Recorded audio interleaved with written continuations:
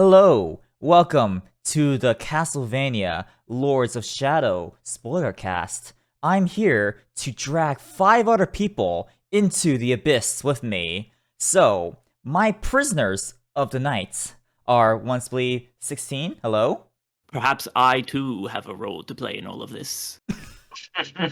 Andante, My favorite Castlevania game is Ninja Gaiden 2. DapperGoop, Hey, what's up? David Glad, Rose for Baba. and Maxiav. What is a Castlevania? Thank you. But then Man. I should have done something different. I should have said we are not so different, you and I. We are not so different, you and I. Bleh. They use that so many times in this game. It's crazy. It's a thesis. Alright. So, how much experience do we all have with Castlevania, actually? Like, as like a... Just a general, like, are you like a recent fan? Are you like a... Have you been growing up with the series, etc.? I played Castlevania, like, I was first exposed to it, as many people, with the Angry Video Game Nerd. And then I eventually played Aria Sorrow on emulator, and then managed to find an Order of Ecclesia copy at GameStop, and then kind of snowballed off there. And I played almost all of them except the 3D games, but I have played Laments of Innocence. What about you, Splee? So, I am a recent fan. I have played most of the series through the past year. Not all of it, there's a few exceptions, but yeah, I also got exposure through the Angry Video Game Nerd. I imagine that's a common story here. Right. But yeah, so I'm pretty attached to the series now, just having played most of the entries. Yeah. Yeah. How about you, Dante? I think my first Castlevania game was Dawn of Sorrow, and then over the years after that I worked my way through all of the Igavania and Classicvania games, but I never actually played any of the 3D ones for some reason. Until now. Until now. And how about you, DapperGoop? I think my first Castlevania game was Portrait of Ruin. Then, like a year after that, I played Dracula X Chronicles, Symphony of Night. Basically, went my way through like any of the series that was available on the stuff I had, and then eventually I got to Lords of Shadow. And what about you, Dave? I'm an absolute freak. I was introduced to Castlevania through Castlevania 64. Ooh. And I thought it was fantastic, and it was one of my favorite games. And then when the time I was playing for the franchise, like Symphony of Night, all the other games, and I held this high opinion for Castlevania 64, only to find out years later that it is considered to be kind of bad, which is really funny. But Lords of Shadow is one of my favorite Gen 7 games. Yeah, I have a lot of respect for it and Mercury's theme. Mm-hmm. And Max, how about you? I have played some of the games, mainly the NES games, but never beaten like any of those. I mostly like play a little bit of everything except the N64 games and all the 3D ones. I never play those. Like Fair enough. For Symphony of the Night, I arrived at the inverted castle and left it there. So I know almost nothing about lore and stuff for the Okay. games, but I do have a lot of appreciation for the Castlevania games as a like the like the art design and the monsters and all the stuff. I think that's the best things those games have. Alright. So, with all that in mind, knowing all of our background with Castlevania as a series, let's start with not the score, because let's save that towards the end, but like general like thoughts on the game, like 2 sentences-esque like descriptions of how you feel about the game. Like, is it a mixed bag, or is it like generally like it, or is it pretty bad? Like, I'll start first. I think it's a mixed bag. I like it enough, but I do recognize there's some issues, and it's enough for me to like sort of forgive it in some regards, but there are also some other things that I really do not like. I realized I was a little bit longer than 2 sentences. Oops. But yeah, anyone can pitch in right now. You can just speak up. I think if you were to chart this game's quality on a graph, it would be the shape of a bell curve. That said, I still beat the game. More than you can say for many other games, honestly. Don't look at my Steam backlog. There's something that draws your attention to Lords of Shadow. Phenomenal soundtrack, fantastic art direction, and a really compelling story. Mm-hmm. I think Oh no, it's a highlight of Gen 7, and the stuff that it gets into. In terms of execution, some of the story could have been done better, but I think Gabriel's story in general is pretty compelling for what it is. Mm-hmm. Yeah, anyone can pitch in right now. We don't need to go in like a orderly manner here. Sure. I will go next then. I think this is the most okay game that I have played in a long while.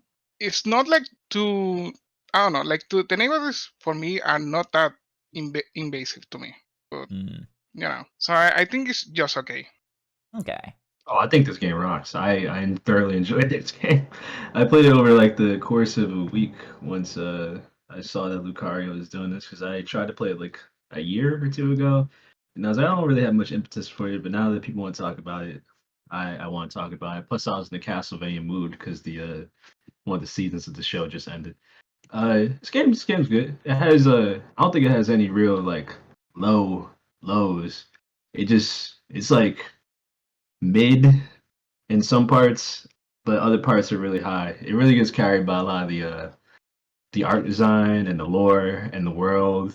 The combat itself is serviceable. I don't think it's bad. For the most part, I don't think it's bad. I enjoy myself. To hop in on the combat thing, I believe most of us played it on normal difficulty. Yeah, I play Yeah. on normal. Yeah. Yeah. I played for the game on hard. Ooh. And the only thing I will say about this is for 99% of the game, that's a good idea. 99% of the completed game, that's a great idea. Because I really think it fleshes out the combat a bit better. It rewards, I would say, skillful play a bit more, considering enemies hit harder. And it's not just like, it doesn't really turn enemies into sponges, outside of one notable encounter. Ooh. That's the reason I didn't play it on hard because I was worried that the enemy. So they just do the poor hard mode thing where they just make the enemies sponges. It's very much notable in one spot. Ooh, yeah. Before we move on to combat, that's like the first thing I want to talk about with the game. What was your thoughts on it, Splee? Castlevania Lords of Shadow compels me, bizarrely. It is somehow both like a very bog standard action game that does things like well enough mechanically, but isn't super interesting and gets a few things wrong. We'll get to that. And yet something about it I find fascinating. I don't know if it's because I can look at this and see the developer that will eventually become the guys who make Metroid Dread, a game which I know quite a few people in this call really love. I don't know if I find it interesting because it's a different take on a series I really like. I don't know. It's a very mixed bag of a game. I'm with Lucario and I think Andante on that one. I can't stop thinking about it, even though I can't really say I had fun. I had fun in parts, but That's what Zolbeck does to you. Yeah, that's what he does, honestly.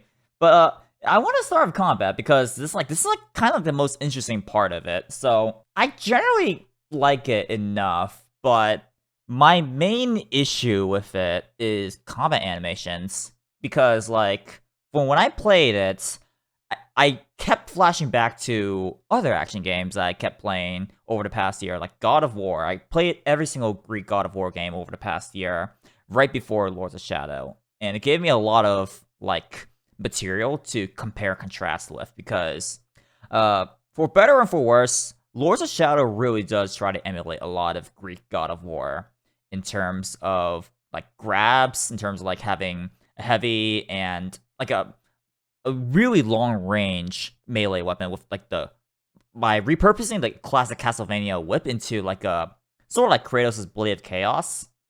And a lot of the animations kind of try to invoke its own sort of like vibe, trying to emulate those Blades of Chaos.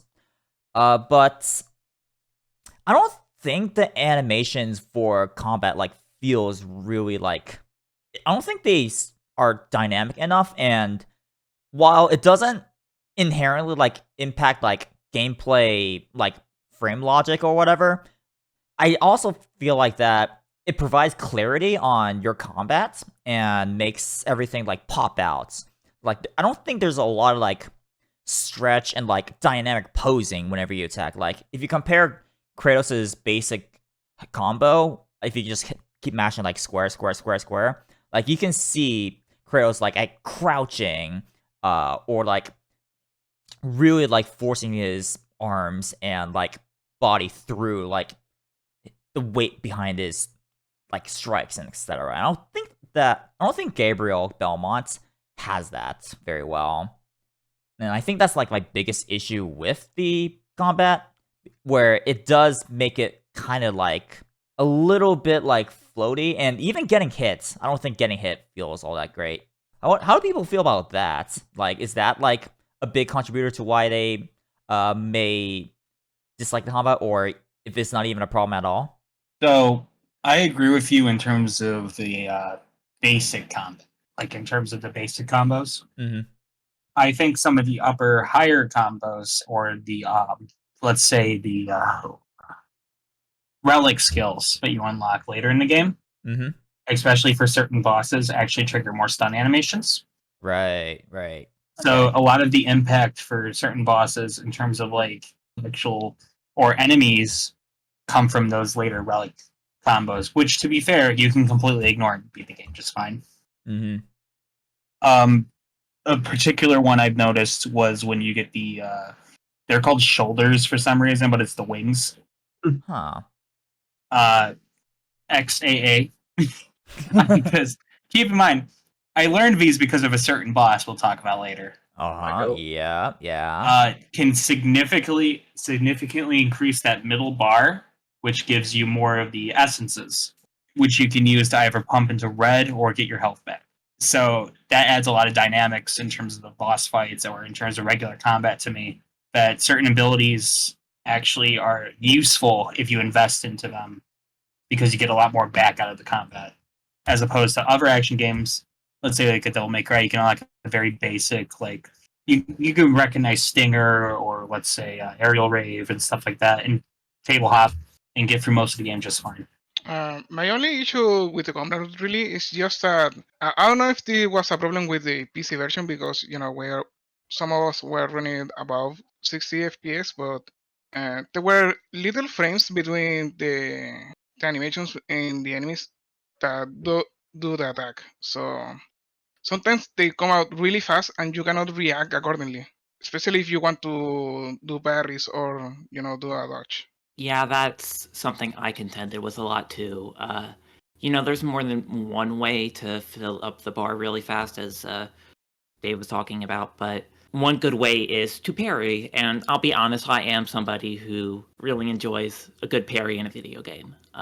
Unfortunately here, because like there is not a lot of good tells in the enemies' animations, it could be difficult to tell which attacks you could parry and which you cannot. You'll recognize this visual flourish if you played the Metroid games that Mercury Steam eventually makes. Instead of the the little sparkly effect happening when you could parry an attack, and instead comes out when you cannot When you can't parry an attack. Correct. And that is there's an exception. There's a major exception to that one rule, and we'll get to that. Mm-hmm. We'll get to that. I'll finish my bit, and then you can hop off. You can hop on that. Not later.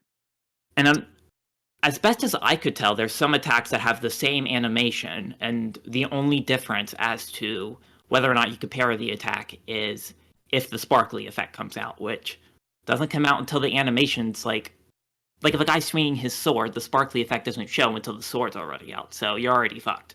So I wanted to use the parry a lot more. I really did, but it was never a safe enough option to make it a major part of my kit. And that's not the worst thing in the world, because there are other options for building up your meter and doing high amounts of damage, but that's just one example of why the animation work is like maybe not up to snuff here for the combat. One thing I felt kind of strongly is that, like, if I can make a gross over exaggeration, I feel like Gabriel's a Dark Souls character in a Devil May Cry game. Basically, I just kind of kept chafing against the fact that you don't really have any most of the time you don't have any good like animation or jump cancels out of things. So it's like some of Gabriel's animations are a bit on the longer side, some of his combos are kind of spammy, so you're just kind of mashing X and going through it. And then you see something winding up an attack and charging at you, and it's like, I don't really have a great way to respond to this. I feel like the only like burst option he kind of has to deal with some stuff is, I think, parrying. And then if it's not a parryable attack, well, alright, take the hit, buddy. There goes your focus. You can dodge, and then you'll be able to like animation cancel out of that, but the dodge doesn't have iframes. Interesting enough. At least I don't think it does. This game seems to be missing a lot of iframes and stuff because it seems like the development of the game was very much to create a classic Castlevania, let's say, experience. And I honestly think it was like it was well intentioned, but I don't think it was executed correctly. Because in, let's say, Castlevania 1 through 3, when you make an attack, you commit. So Gabriel has no like air dodge at all. If you jump, you're committed. Basically, there's a little bit of leeway, especially with the double jump, but especially if you're attacking midair and let's say an enemy has an ability to stomp and can just eradicate your health bar doing that, you're gonna get hit. Yeah, there is a way around that. Or like because Gabriel, like while he doesn't have a air dash or like a mid-air block, he can immediately like stomp to the ground, and that like, and when you land, you can immediately act out and do like a dodge out of the way, and then jump after the dodge. So there are a little bit of options. I do actually kind of feel like that there is some stuff like that where you could use to get past things, but. Well, I actually think that he does have enough animation canceling for, like, compared to, like, a Dark Souls character where you don't have animation canceling, basically. So... I didn't have a lot of trouble with the combat for the most part because, I guess, unlike everyone else here, I just gave up as early as, like, Chapter 2 on trying to parry anything. I parried a few enemies and I was like, wow, this doesn't feel good at all. So my strategy for most enemies and bosses was just throw some strings out. Luckily, Gabriel can dodge out of most of his attacks. Throw 2 hits out, dodge. Throw 2 hits out, dodge. And depending on the enemy and, the wind up for their attacks, if they have like a lot of, recovery after an attack, that's when I start doing combos. The combo system and stuff, at first I thought the game was pretty shallow. Because I'm like, oh, I'm just using the basic X combo and the basic Y combo for area of effect. But after a certain point when I figured out, oh, you get more focus meter for having like, variety in your combo strings, and air combos are actually effective, the game started opening up a bit more. I think that, like, some part of the animation work is, like, also feeds into, like, the jumping. I feel like the jumping is a little bit too weightless, and it doesn't, like... I think you rise too slowly, and you fall a little bit too slowly as well. It's like kind of like a weird floaty jump. Yeah. Regular jump or is double jump? Regular jump. The double jump is its own can of worms. But yeah, it's like a little bit floaty there, and it's like a very like I don't want to say underwhelming. Well, I think it is underwhelming, but like the way it's described as underwhelming is like compared to Kratos, like he like tucks his like knees like a little bit higher, and then you really like see that he just rises up. He also has like a faster acceleration upwards and downwards as well. Bayonetta also has like a floaty jump, but I think that's parts like it rises fast and then it has that floaty downwards velocity. So I think that floaty jump feels a little bit better. I know some people don't like it in comparison to other games like DMC, but DMC also has like its jump is more attuned for combat. But that's another like topic really. But yeah, I think like the jumping is like kind of weird, and what's even worse is that you can't attack mid jump heights. So like if you want to attack in the air, you have to wait until you're either at the apex of the jump or where you're falling down.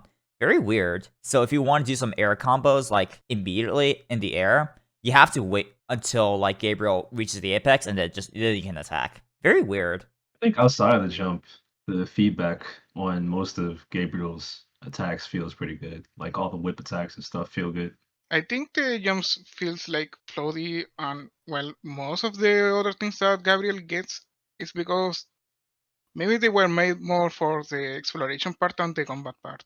And also, I can see, that maybe they also did the jump kind of floaty to like do a reference to, the NES games that also have like kind of floaty jumps. Well, kind of, but I feel like that for the NES games, they kind of like. Well, you do have a little bit of floaty jump, and when I'm playing in my head side by side, it is kind of similar-ish. To be fair, yeah. But your downwards like velocity rises and rises as well. So like you do fall quickly. Classic Belmont jump's basically like a cinder block. Yeah, especially if Yeah. you like walk off a cliff, you just drop. I mean, yeah, that's that was a classic move back there with Konami games. Also, Mega Man, I think Mega Man 1 Yeah, especially. yeah, Mega Man also have like a hard.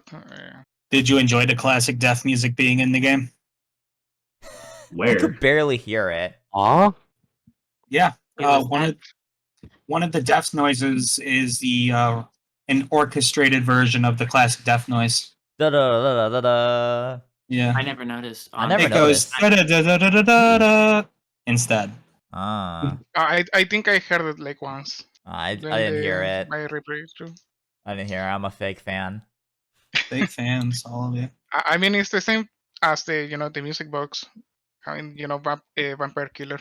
Yeah, the music box later on is like it also plays a classic Castlevania tune that I also didn't hear immediately. I was like, it has to be a reference to something. I don't know what it is though. So I kind of like had Recognize to that one. That's the one you guys all missed?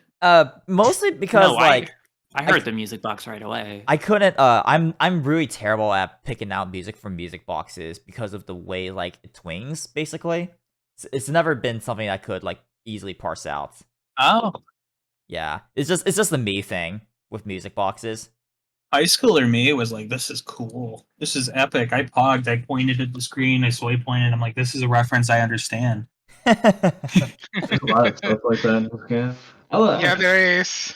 People chafe against Mom, get in creative here, look at this. references, but I enjoy most of the corny little references to the last game. I'd rather have corny little references to the classic Castlevania games than none at all. I Even guess. full bosses, in fact. Yeah. Yeah. Oh, yeah. There actually are quite a bit of bosses. Like, yeah, I'm just out of from a classic Castlevania game. You know, Even regular enemies turn into bosses. kind of a little bit. There's a ton of bosses in this game. I think the vast majority are, to me, pretty fine. They're pretty good. They range from like, that's neat to, oh, that was actually pretty nice. That was good. Good job, guys. This honestly might have a better batting average for bosses than most God of War games. And despite all those other criticisms I had of the combat, like I honestly might think that it is pretty cool. In terms of like boss selections, because I think like in God of War 1, there's like 3 bosses. One of them is pretty hype. There's the final boss, which I think is cool. I don't know if a lot of people like the final boss of God of War 1. Yeah, I like it. It's fine. I like the idea more than the execution. Oh, well, we have to like compare it. We have to bring that up again because the final boss of Lords of Shadow also reminds me of Ares, actually. And then there's a Minotaur in God of War 1, and it's just kind of lame. That's the most Lord of Shadows boss that God of War 1 has. Honestly, kind of a little bit because it's kind of like gimmicky in a way. Like you have to like keep ripping off like its armor. It's armor, yeah. Yeah, and then later on just like load up like a ballista and just destroy it and like punch it through a door basically. Yeah, Lords of Shadow kind of has some of that vibe a little bit as well. One thing I really like about the bosses in this game, and you can see it in there, you can see it in a little bit in Mirror of Fate and even in like Metroid Dread, is sometimes Mercury's theme, especially like the fixed camera angles and stuff like that, they like to have a little build up to a boss. It's like, oh, I'm going throughout the level and I'm seeing that there's something stalking Gabriel or there's something in the background that's walking around before you actually fight it. I love stuff like that. That's just so back. You see that in you see that in Dread, yeah, because like with Corpius, the very first boss you fight, like has this Phantom Cloak that's like disturbing the environment, and then you later then fight it like 15 minutes later. Yeah, they do it as early as chapter 2 in this game, where you just see something dragging away other monsters like the goblins and stuff, but you don't know what it is, and then you end up fighting it. I think it's the troll enemy introduction, basically. They also do with the ogre later on. The thing I felt about some of the bosses is like most of them are pretty fine. I don't really have a problem with most of the bosses. I didn't really care for the handful that got a little extra gimmicky, and they had very tight timing on the gimmicks where it's like, all right, figure out exactly what we want from you and execute it right, or the boss heals a quarter of their health. I wasn't a big fan of that. They do it with like that Frankenstein's like mechanical scorpion spider thing, and they do it with which one was the vampire demon that you fight in the castle? Was that Olrox or Bronner? It was Aurochs. Bronner is the guy you fight in the village. Yeah, like Olrox is the one with the healing. yeah, that irritated me because it's like, okay, I see what you're doing. I see why you're healing. I didn't exactly pick up immediately what you want from me. And it's like, all right, you just keep healing. This is kind of agitating. I got stuck on that for quite a bit. Oops. I do think this game does, even beyond the animations, this is like a part of it though. I think it's not great at conveyance because you're right. There's a lot of these moments in boss fights that they expect you to just know what to do immediately, and there's too much variance sometimes in terms of like what they expect you to do. Like I'm comparing this in my mind to Metroid Dread or even Samus Returns, where like they want you to do things like during cutscenes sometimes during the boss, but at least there you have less options. It's basically either parry if there's a sparkly effect or shoot missiles. So And I still am not in love with that, but it's at least easier to guess what they want you to do when you have less options, I guess. Also, in Metroid Samus Returns, you don't need anything at all. You could ignore going inside the Queen Metroid to blow up a power bomb. You could ignore the parries and for Proteus Ridley. Dread actually does revert back to like, okay, you gotta parry Ravenbeak's first phase to progress, but you don't need to do it for anything else until the very end of Ravenbeak's like P3, where you have to parry twice, but it's pretty easy and not super intrusive. Ravenbeak doesn't heal all that much if you fail that QTE. speaking of intrusive, how often did everyone pause? What? For What what? do you mean? For what specifically? So when you pause on the left hand of the screen, where it does a little portrait of Gabriel, whatever you're doing, especially during those segments where it's not really telegraphed good, and I'm not saying this is an elegant fix or it's a really good way of conveyance, it sometimes tells you. Huh. Oh, it just like tells you outright what to do? Yeah, so like it'll be like Gabriel noticed this and had to stop it some way. Huh. Oh, really? Interesting. Yeah. Interesting. Yeah, I Especially during a lot of the boss fights. I know some text, but I didn't notice that outright. It's not a good way of conveying. No, I it's mean, not. Yeah, I- especially for like this one particular end game fight where they have to outright tell you, okay, do this thing and stuff like that. If you have to tell me via words, like without like in game like NPCs like helping like shout out instructions to you, like if you have to tell me with like like via the interface rather, I don't think that's very good. And like the animations and conveyance are kind of like tied with each other, I think. It's just something I never really thought about because like I played this game a billion times, but like I'm pretty sure a lot of the times where I figured out how to do it entirely was because of that. Mm. I And think I don't know. I think I'm on the opposite spectrum of this because I didn't the whole like figure it out yourself thing didn't really chafe against me a lot because I usually figure it out like in the bosses where it's like, oh, do this specific thing. I would fail it once and then I'm like, oh, I have to do that thing, and then I do it and I'm like, oh, that makes these bosses a little more unique and cute, there's sort of like a little puzzle element to it. But yeah, that was just me though. I can get how it could be irritating if you like don't get it immediately or whatever, because then you just have to end up doing the same shit over and over again. Right. I think the only time I kind of got annoyed with it was with Aurochs. That's the main one that I was like, what's going on here? The rest was like, even if I did like take a little bit of tries to do it, I was like, oh, now I get it. Like, for example, the Shovel Knight, aka the Gravedigger. Oh, Why that do you guy. have to call it that? Come on. It's Shovel Knight. It's Shovel Knight. Crossover It's not. Bloodstained. Come on. But but yeah, it's like later on I noticed the like little wheel that you put your stake from the Comic Cross in to turn it, and I noticed it earlier. I was like, when do I use this? But so I put it off to the side, but then it kept repeating and repeating because like no, you're supposed to engage with that immediately after you stun that Gravedigger, and he just like stunned, like leaning against that door, and then you use that wheel to open that door, and then you do the QT, and then you finish the fight that way.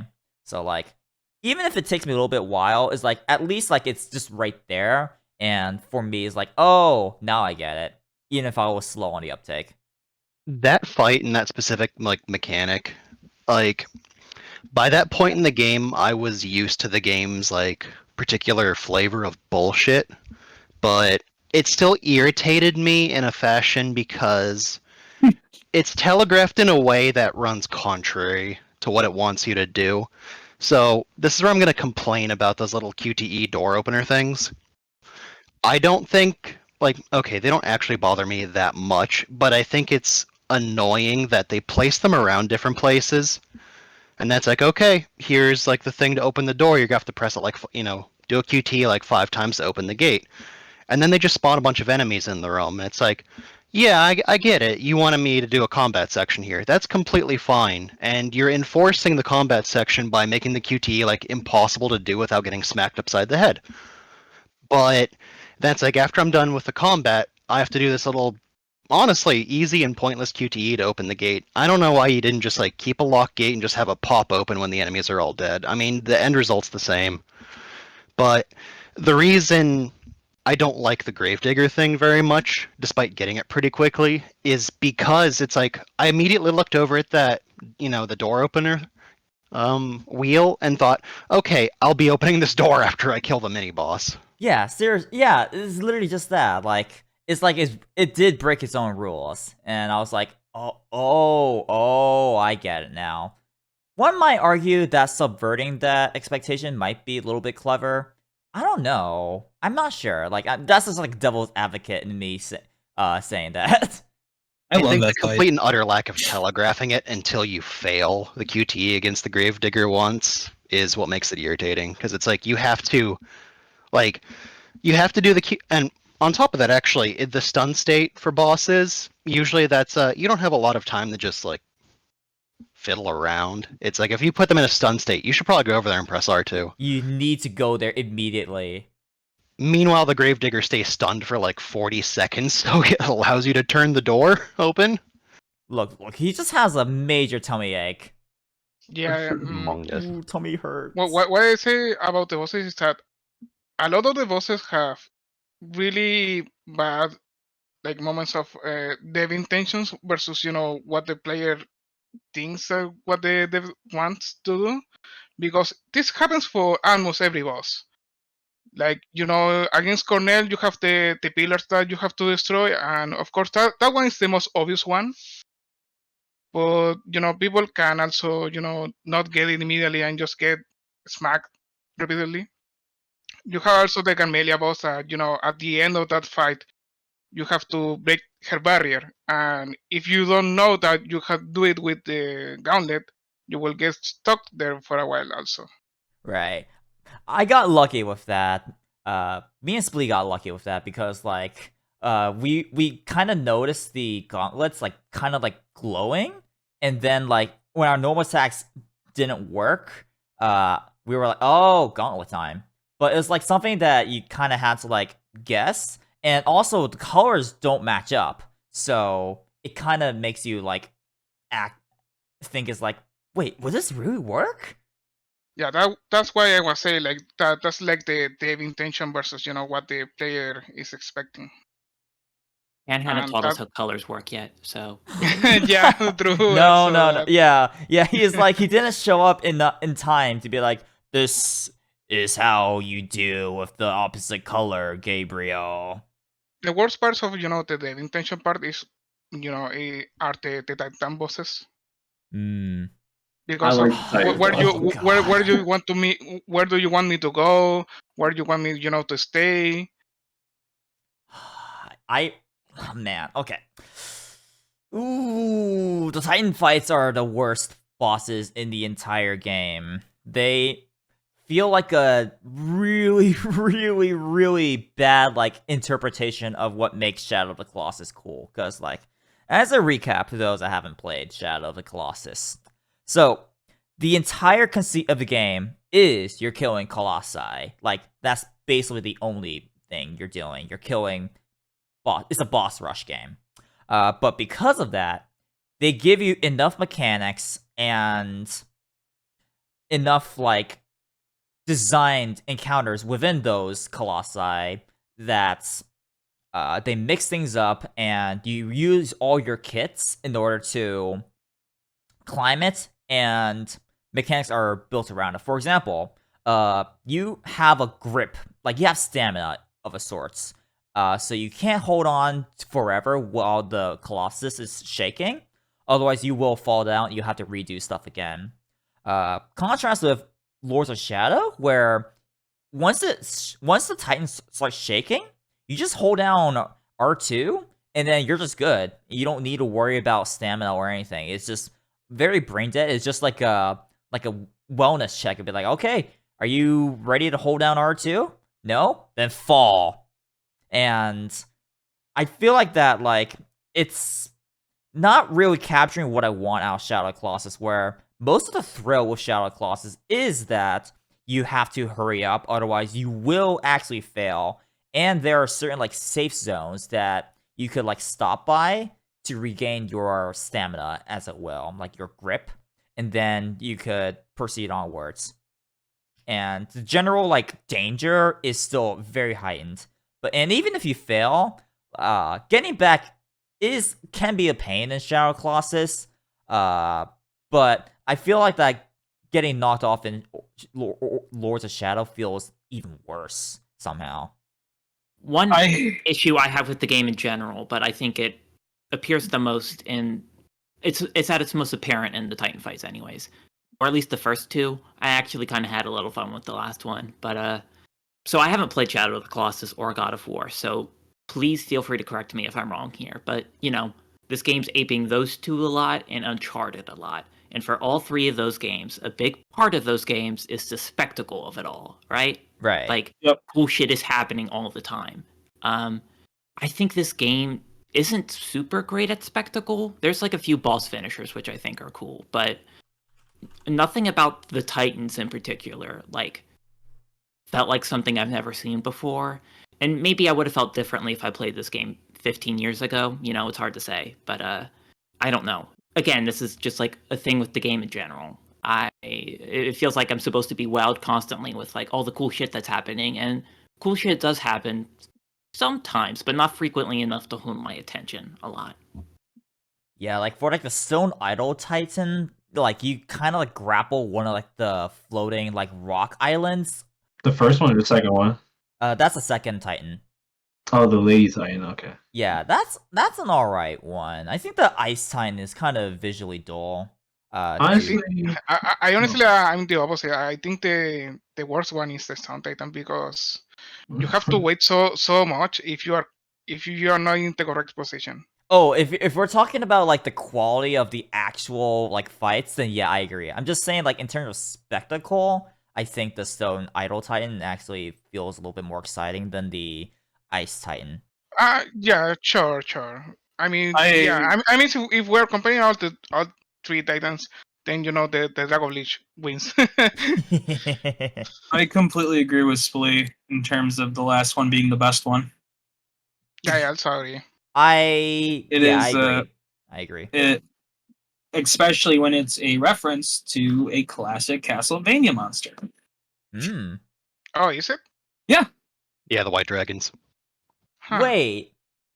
It's a giant dragon made out of bone? I never made that connection. Wow, I forgot about the White Dragons. Yeah, like what a fake fan, Lucario. I know. Oh, what are we? Some kind of Suicide Squad? one of those enemies from the first freaking game that you just see it that gives you a bajillion hearts when you kill it. Yeah. Yeah. I honestly, I didn't have a problem with most of the Titan fights. I think the first one's probably the most annoying because like I was constantly getting knocked off. But I thought the second and third one were just pretty. Probably the second one's my favorite. I just like how tall that one is, and I'm- it's I don't know. Like I said, maybe it's the same thing as the the quick times with the sort of puzzle quick times with the bosses and stuff. It's like once I figured it out, I was just like, this is neat. This is cool. The spectacle also probably just I guess hit harder for me with the second and third one. The ice one, the first one's kind of like short in comparison. Like half its body is in ice. You know, you only go from like its waist to its head. But the second and third one conveyed a scale that made me think they were pretty cool. Right. And this is not to say that Shadow of the Colossus is like a perfect game to me. Like, I actually do think that like sometimes when you do fall, it is a pain, just like in Lords of Shadow. So it comes like the same trappings as Shadow of the Colossus, and like sometimes figuring out what to do can be kind of bizarre. Like, oh, I can actually shoot underneath like the undersides of like this like Colossus like hooves, and then it makes it go mad, and it's like, oh, falls down of sorts. So, like, it's kind of like if you don't like Shadow of the Colossus already, based off of that, you probably absolutely love these Titans. Take a shot every time you hear Shadow of the Colossus. Or Shadow. Wait, wrong game. So the thing that irritated me about the first two Titans that the Draco Lich doesn't have, which automatically makes it a better fight, never mind everything else about it, is when you get to the magic seals, you have to punch a bunch of times to break. That's the point. Like I didn't recognize this very well at first during the Ice Titan. I kind of got it by the time the Stone Titan started doing it. It's all right. I'm gonna reach a hand up and unceremoniously flick you off if you don't know exactly where you need to move to, and that just irritated the hell out of me during the Ice Titan. Oh yeah, he does grab you. Yeah, I usually just after the first time that happened, I stuck to just hit the thing twice, then move from the spot that where the little glyph is, because he'll just pluck you off. The other ones, the other two don't really. Actually, I'm not certain if the second one, the Stone Lady one, I forget if she actually tries to grab you or not. There's like one or two glyphs where she will try to knock you off with her hand, but it's less common than the Ice Titan. Mhm. And then Yeah. again, like the Draco Lich doesn't do it at all. No. The Draco Lich is neat. I think the scale of that one's pretty good, but I think it's the least visually interesting one to me. Mostly because like it's so big, I can't really. I don't know. There's a lot of speed in that one, but there's the design itself. Plus, it's very dirt colored, like the background and the environment itself. So, Matter, not a fan of 7th Gen land. the tornado land, the tornado dimension. yeah. I was pretty solid on the Titan fights for the most part, though. They were just like, I don't know, they just felt like little momentary distractions the way a lot of this game does, which it's just like, oh, here's a new thing. And the new thing didn't particularly bother me, so it just ended up being like a neat little side thing in the game. Sort of the same way with the bosses with the little like puzzle answers at the end of them, where it's not just a simple, quick time. It just serves to make that boss just feel a little more unique to me than compared to like it's like the what's the boss's name? The ogre, where you have to slam its head down on the spike thing. And I slammed his head down on the wrong part of the stadium. He just got back up, refilled health, then I depleted the health again, and then immediately I was like, oh, there's a sharp object. I can slam it down on that. And that just made the boss fight a little bit more neat to me because I was like, oh, I had to think a little bit more than I usually would than just having to do a quick time like God of War and just kill him instantly. Fair enough. That one I thought you just had to slam his head down on a couple of times before I'd let you do it on the spike, because I'd swear there was one time I was standing on a different part of the platform and it just like teleported me over to the side when I did the QTE to pull his head down. So I'm like, I guess I just have to do this a couple of times. Oh no. And then he just like automatically walked over to the center area after doing it like 2 times. Then he just walked over to where the spike was, and I'm like, I guess I've done it enough. He's ready to die. He was done. He was like, you can kill me. You've earned the right. I don't want to live anymore. You slammed my head into the platform at least twice. I saw the spike there, and I'm like, I know what you want me to do, but then it just kind of teleported me off to the side and wouldn't let me slam him on the spike, and I'm like, I guess this is the fixed sequence. Fine. It's like a less elaborate version of Cloth, though, from God of War 2, where God of War... It is. Yeah, like Oh my God, it is. because like Cloth and God of War 2, you have to like figure out a way to like just like not attack her completely directly, but instead you have to like move around the arena and just use like nearby like anchors and other spikes to just impale her in that Yeah, that game. fight's neat. Yeah, that fight's probably the very best cool. God of War boss in the entire series. I'm not Oh willing my to God. 100% sign off on that, but it's up there, I think. That ogre fight is pretty sad though, because I was telling Lucario like I liked all the lore and stuff. So whenever there's a new boss, first thing I do is I go into the little bestiary thing to read what the boss is about. And it's not just the ogre; it's like half of the enemies in the game until you get to like the vampire country, where it's like this creature is the last of its kind. It's being forced out of its land by human expansionism and stuff like that. So it's like, oh, we killed the last ogre in existence. That's pretty interesting. But the story never really goes into that deeply, interestingly enough. He just kind of typical gets in the so back background. going off Actually, about it's Gabriel being a Shrek people. mindless killing machine. Do we want to Yeah. talk about the story now, or I want to get to like the relics though. The relics from these bosses are pretty cool. Let's start with the sprinting boots though. Oh boy. In what regard, them being used for everything else or combat specifically? Just in general, like first off, double tapping to activate. Oh It's a boy, choice. it's like a Kirby Yeah, that- game, like a 2D yeah, Kirby that, game. that was a choice. Yeah. It's also a choice when combined with the fact that the sprint is temporary and you have to reactivate it again. It And didn't again. it didn't bother me till the DLC. You know what they could have done? Put it on the freaking right analog stick. Nah, I don't have wouldn't that. like that either. That's okay. That would have been. It is even pretty better. interesting that they never used the right analog stick for anything. Yeah, it's not used for anything. So like if it's like okay, you could like immediately like go that way. And it's like a different like sort of like repositioning thing compared to your roll. Like if your roll had iframes but your like boost with the right stick didn't have iframes but like could like make you travel further. I think that could be one thing, I guess. Like if it had no iframes. I don't know. I didn't really use the boots for like they're the specific boot combat moves that I didn't really use, but I did use them a fair amount in terms of like, oh, this boss or this enemy has like a multi-hit combo. My roll, has sort of a stop to an end of it, so I'm just gonna run backwards real quick and then run back to the enemy once it's done. Mm-hmm. So I thought it was like a good mobility option. In terms of puzzles and stuff, I thought it was fine. I think Puzzles the are fine for puzzles me. with it are pretty alright, yeah. But I think the one only like thing you could really do to make sprinting better is play on mouse and keyboard, or just keyboard, period. Because like when you can double tap on a keyboard, it can actually like you can activate it way more reliably, and it can actually feel good. But then that comes with its own downsides, where mouse and keyboard really pops off when you can control the camera. But because this is a fixed camera game, the benefits of mouse and keyboard really goes away, and not having analog movement does hurt. You played this with mouse and keyboard? No, I play around. I'm just with gonna it say he's psychotic, and Yeah, I I was would about not to say, recommend yeah. playing this game with Yeah. mouse and keyboard. No, not a true Yakuza gamer, I guess.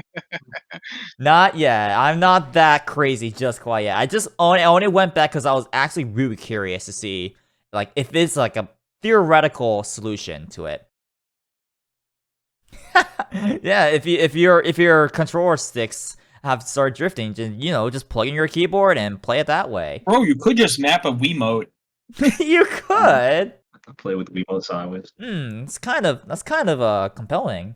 I'm using tilt controls, Gabriel. I need your help, Zobek. I'm using gyro controls, Gabriel. I'm coming. Coming game. Psychotic.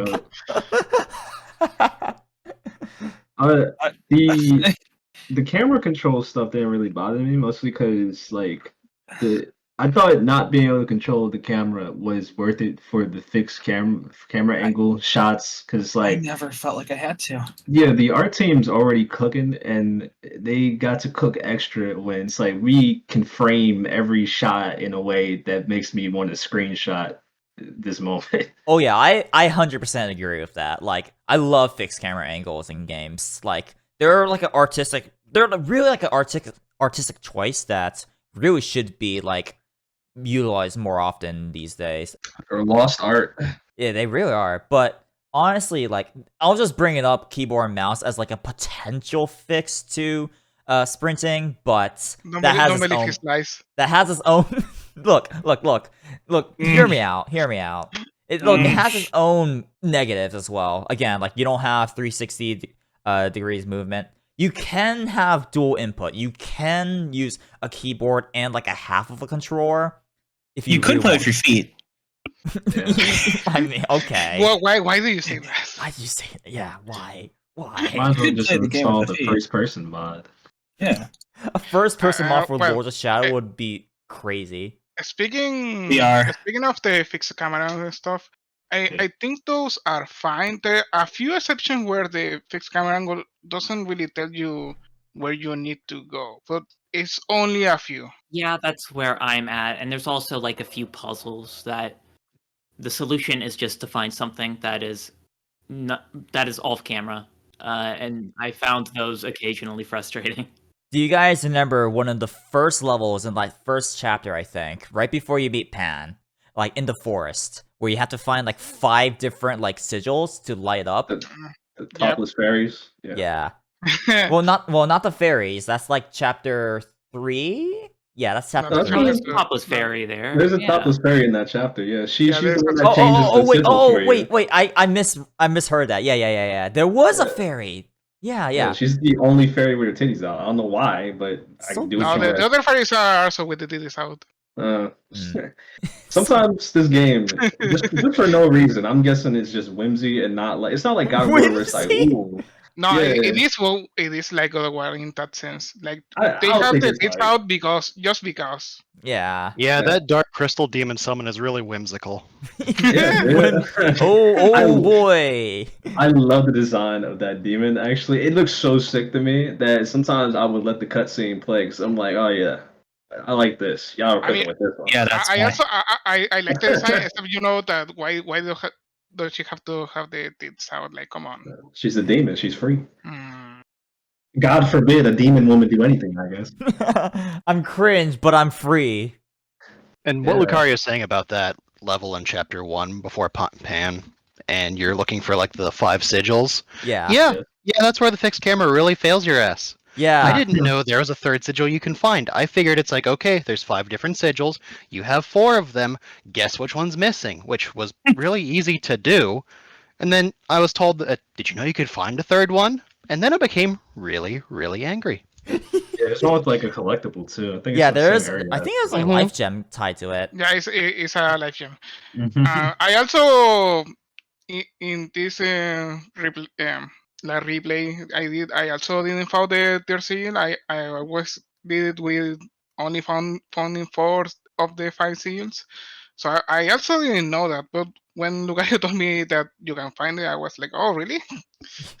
Look, to be fair, I just stumbled upon it. Yeah, you were very lucky. Yeah, there's no way you'll be able to like find it naturally by just looking at the game. That moment is weird to me because I feel like, I don't know. To me, it feels partially intentional only because of the I light found gem, it fine. because it has the collectible. So That's the I feel like the design decision overall was the players will probably find 4, but they don't need all of them. And then there's this extra one with a collectible that is the collectible's a secret because they hide those. So that was like my rationale. Once I found it, I was like, oh, y'all are just being cheeky. That was just some classic Doom ass hug the walls for the entire level till you find something shit. John Romero. But we were talking about the relics. Yeah, about the oh boy, and then we go to the double jump. Probably one of the worst double jumps I've ever used. You skipped the gauntlet. Oh Yeah, you yeah, skipped the the gauntlet gauntlet. was wait, the gauntlet was the first one. Oh god, Yeah, it's the I first one. wanted to talk about mouse and keyboard so much, I just skipped over the gauntlet. I mean, it's fine. The gauntlet is fucking useless anyway. Oh god, okay, the gauntlet, you can do like weird like aerial like things, like you can hold down like L1 and then like triangle, I think, and then you could just do like a big like area blast on the ground from the air. It's Yeah, pretty Lulu and bad. launcher. Yeah. Yeah, they don't have enough like the hit area isn't enough. I've done that like I stopped using the ground pound gauntlet attack because sometimes I'm just like that enemy was 2 inches away from me. It did not feel a fucking thing. What was the point of this? You know what could have made the gauntlet better? Mm-hmm. If you could, break enemy guard with that. God, if you could like completely like destroy like their blocks and then like actually have like massive like fling them away like horizontally, that would be great. That would be fantastic. But instead, it feels as if like it doesn't do enough damage. The charge just I don't know.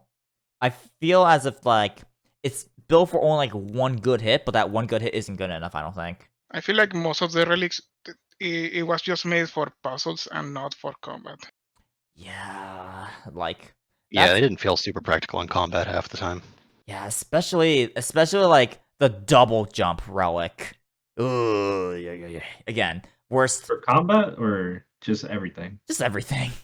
Because I liked it in combat because it lets you get like extra hang time with enemies. Yeah, you do get to launch enemies better with the double jump, which is good. It's just that like sometimes when they ask aerial combat out of you, the few times they do, that's where it falls apart. I say a few times, but the one time I should say. Air combat in what regard? Just like hitting in the air, like you have to do it. Just hitting, just like, if something is in the air, you need to hit it. But to be fair, that is only one instance. We'll get there. We'll get there. Oh, we'll get there. Yeah, things mostly come down to like your level for the most part. Yeah. Most of them are just on the ground. Yeah. I did like some of the moves in the air where it's like pull this enemy up to you or slam yourself down to the enemy with a grapple and stuff like that. I thought that was neat. Yeah, it's kind of like Snatch from Devil May Cry, which is cool. Speaking of the gauntlet, it's the catalyst for another thing I want to complain about. Ooh, I'm excited. So, the gauntlet is frequently used in puzzle solving for knocking things around. You punch things hard, they go flying. Especially in the castle, there's a lot of things where it's like, hey, this thing reflects light.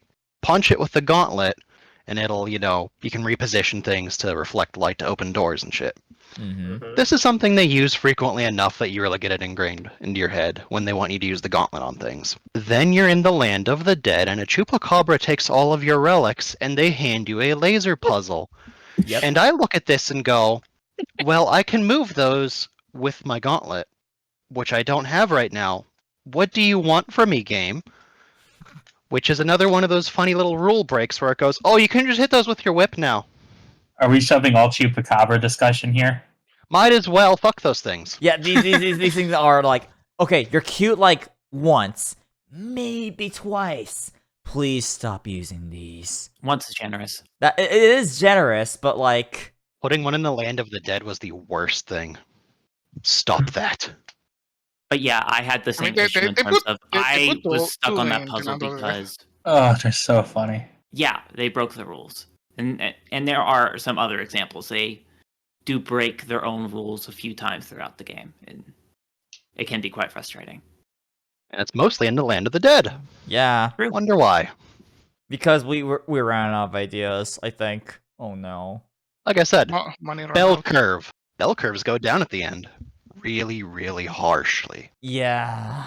Yeah, but yeah, going back to the double jump, like it's like you have too much of a wind up when you use it. It's like a exaggerated like feeling from like Hollow Knight's double jump where even though you could like wiggle around, like move left and right in the middle of your double jump in Hollow Knight, you like and you have like that weird like delay before you really rise up with your double jump in Hollow Knight. It's not it's not as bad as in Lords of Shadow, where you're also fixed into like one direction, and like, oh man, it's just I hate it. I hate how it feels. Classic Castlevania. You're stuck in your momentum. It's a quirky double jump, but I kind of don't care because the game never asks you to be precise with it. It's quirky, but it's also harmless, so it's like, whatever.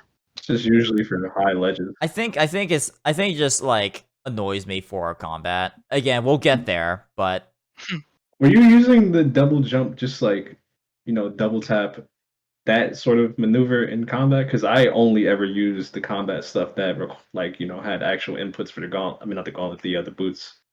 I only really used it for platforming. I if I could, I would like almost never use it for combat because like unfortunately like using double jump as a way to like get out of like enemy harm doesn't feel as good as you'd hope. I feel because like even just normal jumping doesn't really get you out of harm's way the same way as like dodging out of the way would. Understandable.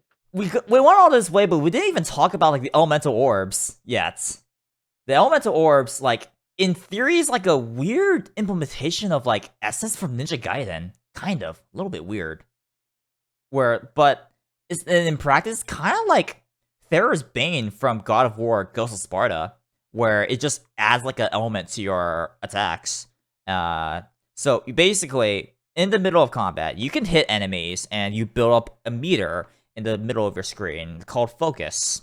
And when the bar is completely maxed out, all of your attacks generate like orbs that you can then absorb into either like a light meter or a shadow meter. Dead enemies, like enemies you kill, can still drop orbs, but like you just generate orbs to suck up later on if you just have max focus. You build up kind of similar to like how you build up rage and God of War Ascension as well. And it's ironic because like I think Ghost of Sparta is like the same time as Lords of Shadow 1, and Ascension is like 3 years after Lords of Shadow, so like they didn't rip off that implementation of rage meter. Maybe Ascension ripped off Lords of Shadow. Anyway, back to focus. Like, so if you fill up your light magic by clicking in the left stick, you get to fill up your light meter, and if you activate that, you heal, and that's your only source of healing. If you build up your shadow magic instead, you just do more damage. Later on, you can unlock more abilities that, like, okay, if you're in shadow or light magic, you get to do these exclusive moves, which gives a little bit more purpose to them, but I don't know how I really feel about focus. What do people think about focus? I like focus. Did you know that also the focus gauge is kind of almost like a style meter? Yeah, like if you like vary up your attacks a little bit, the focus meter can build up quicker. Yeah, and also if you use the same attack over and over, you will stall it or build it very little. Right. But I do like focus because I mean I do like to parry attacks, so you get focus more quickly with that. Yeah, if you parry, you basically get full focus immediately.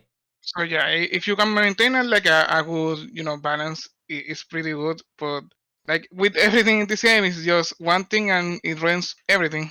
Yeah, because like if you get hit, you actually lose all of your focus. Like one tap and it's gone.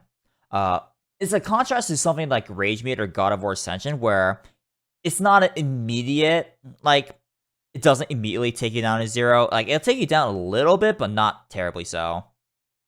I mean, the difference with Ascension is that the Rage Meter in Ascension is just you can do a big move versus in Lords of Shadow that you can have like the essence, let's call it, to build up your healing, which is more useful than just do damage. Yeah, and also what made Ascension's Rage Meter more controversial was that certain like old moves were locked behind max Rage Meter. Yeah, the problem with me with Ascension's Rage Meter is that you have to get it, full, at least one bar, to have access to those moves. And if you get hit at all, you lose immediately access to those moves, and it ruined the experience with that.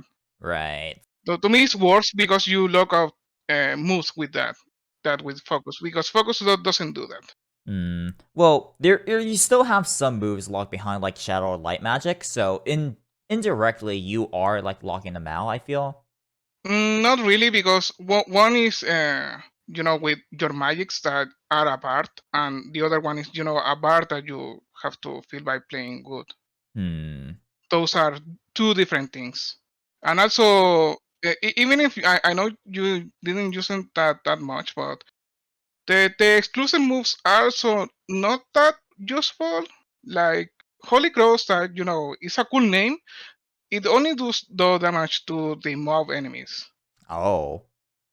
The other types of enemies, they don't get a stun lock, so they don't take that much damage. Right.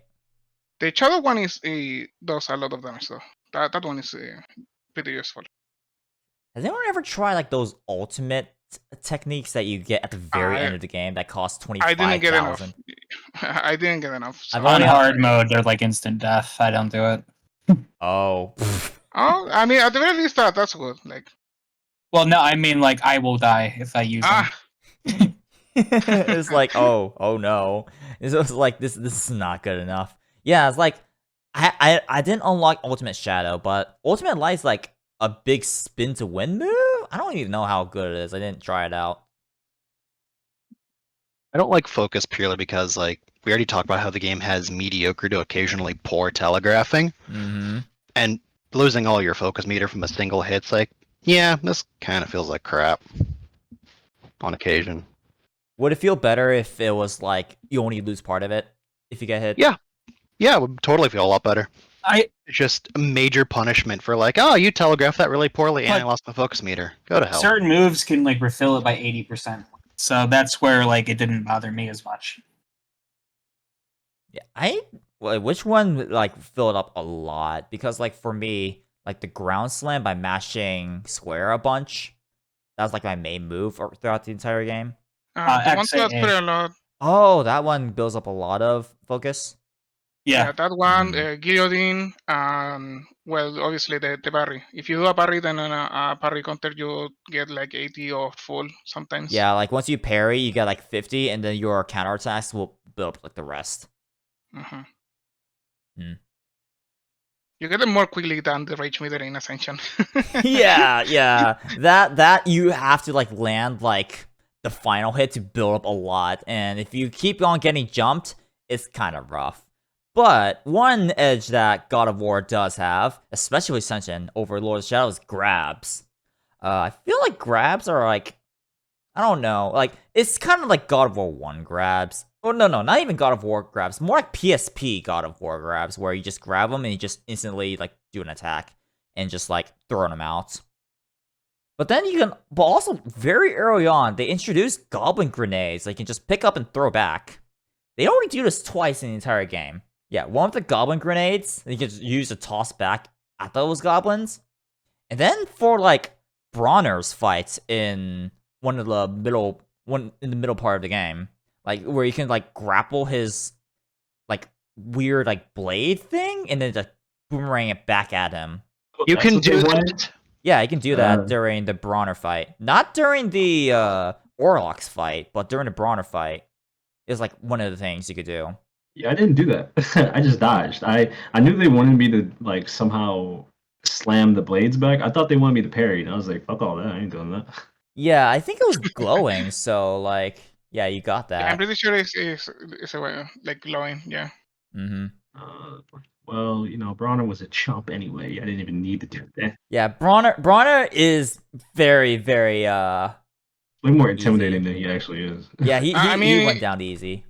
You fight them right after you get holy water, so the game expects you to use them. Yeah, I didn't end up using a lot of holy water. Oh, speaking of that, how much did you use your like sub weapons or items in the game? Use them a lot. I actually didn't use them a lot. They were pretty useful for I think like the vast majority of enemies. Like I said, the little lore book bestiary thing usually tells you like, oh yeah, this will murder this enemy. Like the basic dagger just makes regular werewolves explode. The holy water makes basic vampires. They just get put in a stun state. So yeah, I thought it was super useful for a lot of like mob enemies. Fairies on trolls. Yeah, yeah. Yeah, so I thought they were pretty Fairies good and skeletons. Oh my god, skeletons. Some weapons, yeah. The crystal, I like the screen clearing crystal. Some of the combining the magic with the sub weapons I used as well for certain bosses, like the shield. Hmm. I wish I'd play around with more sub weapons. Like you could hold down like circle and then you get to like throw like 5 daggers at once, for example. I didn't get to use that much because I was like really conservative with sub weapons. It But doesn't you- do much. Oh. But you thought about using keyboard and mouse. Mm-hmm. You didn't think about holding a button. I'm really trying to get over that, but it's just MMO mouse. There. It's optimal. Optimal. You know what? Yeah. he's I playing like think League of the- Legends while we're playing Lords of Shadow. Oh no. But yeah, I that's think another- yeah, sure, go. No, you go first. I think the super weapons could have been better if you get like the upgrades after you get them, like have them available right away instead to replay the levels to get those. I didn't replay a single level. I did. I replayed some of the early ones to get some items that I missed. I played for the game twice. Oh wow. This guy's dedicated. Sick. Right. He loves Lords of Shadow. Mm-hmm. It's the real Zobek. Zobek has joined the chat. I love this game. Playing it twice in a row nearly killed me. It's a long ass game. It's super Yeah. long. It is so long. This took me like 17 to 18 hours to beat. Second playthrough, I did skip cutscenes, so it was a bit faster. Fair enough. To be fair, the game is like hugely front loaded. Like those first couple chapters, like I think chapter 2 or chapter 3, I can't remember which one. It's like what, like 9 sub chapters, 8, 9 sub Chapter chapters. 2 is what it is. And then chapter 3 immediately has 2. Yeah. The game's super front loaded. It's I think it's weird. It's not okay. It's not that weird. It's because Carmilla's castle is a much more obvious signifier of like, oh, we're going after Carmilla. This is Carmilla's domain with all the vampires and stuff. The forest just it never felt like it was signaled to me that like, even though they probably say it over and over again, like this is Cornell's domain. It's like these just felt like a lot of different wooded areas nowhere near Cornell. So when Cornell actually showed up, I was like, oh, he's just over here? All right, sure. I guess we're dealing with him now. Yeah, Cornell's probably the he's not the worst boss as in he's bad. He's the worst boss in that he's probably he's one of 2 bosses that gave me trouble in this game. And that's because he, compared to like Carmilla or some of the later bosses, he just never stops coming at you. Like he's on your ass for most of that fight. I rather liked the design of Castlevania in this game. I thought it looked really cool. Yeah, the castle's like just in general, the entire game in general looks really cool. I was just gonna make a joke about how it's faithful to Castlevania and that the knives are completely useless. But I do really like the Gothic architecture here, which is why it is such a shame that this game is very front loaded and those forests which did not like fire a single neuron in my brain. I will confess that I like Gothic horror stuff, but like more like generic fantasy tropes are less my thing. And that's what a lot of the early chapter like kind of trades in. You got goblins and trolls and ogres. fair. And that's all fine. I get what they're doing in terms of like slowly introducing the more like traditional horror aspects, but as somebody who always really appreciated those aspects about Castlevania and is not so much into this other thing, those early chapters are really, really rough. Like if I was not playing this game for this particular discussion, I would have dropped it. I would not have gotten to that castle. It would have. Yeah, it's like I kind of understand, sort of like you want the game to get better and better and better, but there needs to be a balance. You want to like maintain like enough like quality, I guess, or like interesting stuff throughout the entire game. I feel, and it really does feel like that. Getting past chapter 2 is a pretty big investment in the first place, and it's not surprising to me that a lot of people will just like quit before they're done with it because it is so long. It's like I feel like it's double the length of every other chapter in the entire game, maybe even triple. I just want to echo pretty much everything Splee said about like how the Gothic architecture was great, and those early chapters tried my patience. For me, the entire game didn't really drag all that much, surprisingly enough, even though it was long. It's like, again, like this is like double the length of a God of War game. Like God of War games are typically around like 10 or so hours. This one took me like 17, 18 hours with the DLC, but like, yeah, like it's very dense as well, to be fair. Like you're constantly moving, you're constantly going to like new levels and the like. There's not terribly so much like downtime, so props to them on that. It's a very like meaty, like not too much filler in terms of like gameplay, but although there is like I do feel like it should be cut because like they reuse concepts, and that's like the bigger problem, I think. Yeah, I'm surprised you think there's not much filler in this game. I feel like this game is like 30% at least filler. Well, when I say filler, this game really lacks in. Okay, you go. When I say filler, I just more so mean that like I guess non-gameplay is what I mean, because like they do reuse like all your relics are being stolen. Oh, you're gonna ride this guy again. Like yeah, I think those are filler for sure. Like I guess filler in terms of what I was thinking of is the wrong term for it. And at least for me, I think this game. I think there's some fun ideas for the bosses. Again, most of those are in the second half of the game. But in terms of the regular enemies, there is a huge need for variety that is not filled. You fight a lot of the same enemies over and over again, and I don't particularly find those types of enemies all that interesting. Especially, again, in that first segment, you're basically only fighting Weigels and gremlins and trolls over and over and over with the occasional, like, mini-boss. I will say for a game like this, the variety is actually pretty okay. The problem is this game is so long. I think that's the real thing, yes. There is not 18 hours of content here. If this was 9 hours, I would have a lot less issues with this game. Because like this game, I would say has more enemies than like God of War 2 would have. Definitely has more enemies than 1. I would have to like actually go head and head with 2, but definitely more than 1. It's if it's not more, it's pretty close in terms of like it. I think the biggest problem with this game is it's too long in the tooth. That's really to me. I get why it does things with its enemies, because you're like in specific locations dedicated to a specific Lord of Shadow. But I feel like the enemy variety feels much worse because they refuse to mix a lot of them.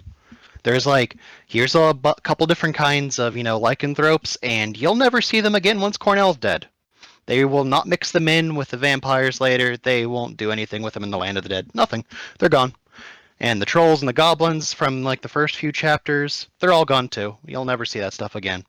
The only thing that really seems like it gets reused a couple of times is the ghouls of all things. Oh boy. Ghouls are everywhere. They're they're still in like that cathedral in Castlevania. It's like They're pervasive. yeah, it's like everywhere, I swear. Yeah, I think because of the whole like theming for each area, it did. I don't know. I never really thought about like, oh, I'm fighting a lot of goblins, just like it's a lot of goblins because it's goblin country or fuck. But I can see complaints. I can understand complaints about the enemy variety and stuff. I think it's by the time I may have like would have gotten sick of fighting goblins and stuff, I was already well into like going into Carmilla's chapter where they introduce a bunch of new enemy types. Right. I think it's maybe we shouldn't be pointing towards enemy variety as much as just the length of the game. Really. Mm. Because like if you shorten the length of the game but you keep the enemy variety the same, you shovel through all those enemies quicker. And again, I feel like the game's best content's in the second half. Honestly, if you just want to like cut most of that first part, I think that's for the better. But that's the problem is the game has that length, so the enemy variety thing is real.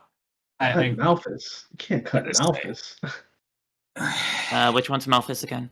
Malphus is Giant the crow, like the big witch. giant crow on top of the Oh tower. no, you can get rid of her. That's fine. Oh man. I It think looks the cool, tower's but cool. like the boss isn't terribly compelling. Okay, so apparently Malphus is actually like a really big pain if you don't take care of all the mechanics properly. Can The eggs? people elaborate on that? Like, what does she summon? She summons little they're like little they're called I think witch childs or something like that. They're like little bird people, like hybrids. They just attack you if they hatch from the eggs. They're not too big of a nuisance. You can just kind of kill them, you know. Hmm. Yeah. They're like They are half annoying, human, though. half bird. It's one more enemy in the field, and sometimes they can be like multiple if you left them. I see. Yeah. There could be like 3 at a time, depending on how many, eggs you miss. I usually threw 2 eggs back, and then there'd be like 1 ad during the fight, at least, that I had to kill. I Hmm. think like one time I had like 4 on the field, so it was pretty annoying. difficulty selection definitely adds to the Malphus fight. Oh, really? Okay. The Yeah, Malphus fight is the first boss from Donkey Kong Country 2. Giant Yes. bird throws eggs at you, throw them back to do damage. That's the Oh. second boss. No, it's the first boss Thought of about two. really naughty. You're thinking about Oh, Donkey Kong Country two. 1. Sorry. Yeah, I'm thinking. My mistake. Not to be confused with Very Naughty. I like Malphus's stage with the 3 towers and all that. I enjoy most of the build up to Wasn't these it 2 bosses. towers? Is it 2 towers or is it 3? Yeah, I think you have to activate 3 towers or whatever. And then she's like in her own big tower that you have to go through the stained glass, which I like the stained glass stuff. That's cool. Two towers will come up later. Oh, okay. Thanks, Tolkien. I'm not. I have an actual question revolving we around have 2 to towers. stop later. 9/11. Well, that's the crux of it, but that comes later. All right. Where was Gabriel? Yeah, where was he? Where was during- he? Yeah, Where seriously. was he? He was there. during the crash? He was around. He could have stopped it. He He really didn't. could have. I mean, he Was- was He's too busy sad. moping. Yeah, he was too sad to do that. Uh, Plus, it was during the daytime. That's too much work. Way too much work. Also, Zolbek is there. Zobek was narrating. Zobek could have so, stopped so, it. so yeah, Solen doesn't care though. Yeah. Zobek's my goat. I love Zobek. How do people feel about Zobek? I love We'll, it. we'll get there. We're not quite done with the gameplay just quite yet because the last thing I want man. to. Are you sure? I played it for 22 hours. I'm kind of done with it.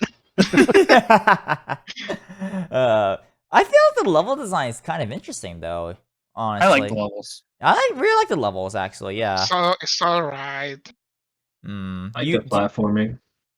The platforming is okay. I think this is general layout of levels. I feel like it's a little bit more interesting. And the puzzles, I think, if we're gonna compare it to God of War, I actually do think I like the puzzles and I like traversal.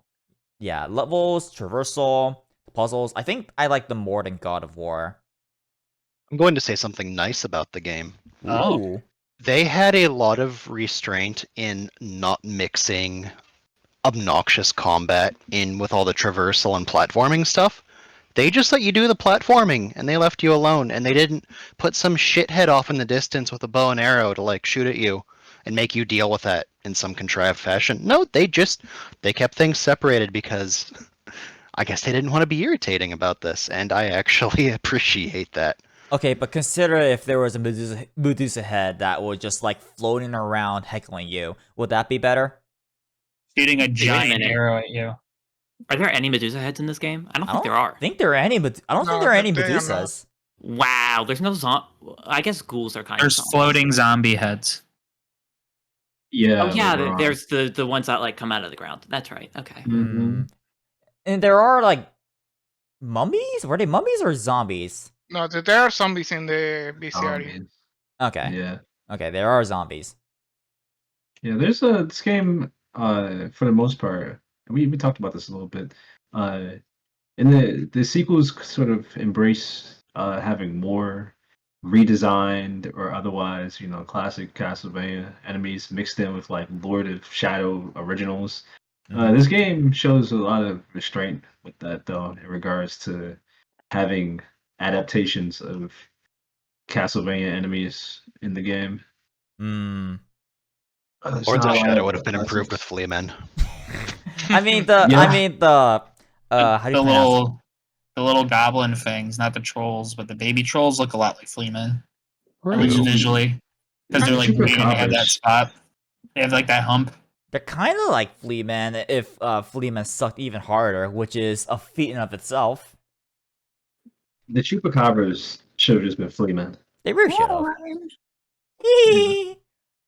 Hot! It's- Hot! Because the Freeze. Monkey boy.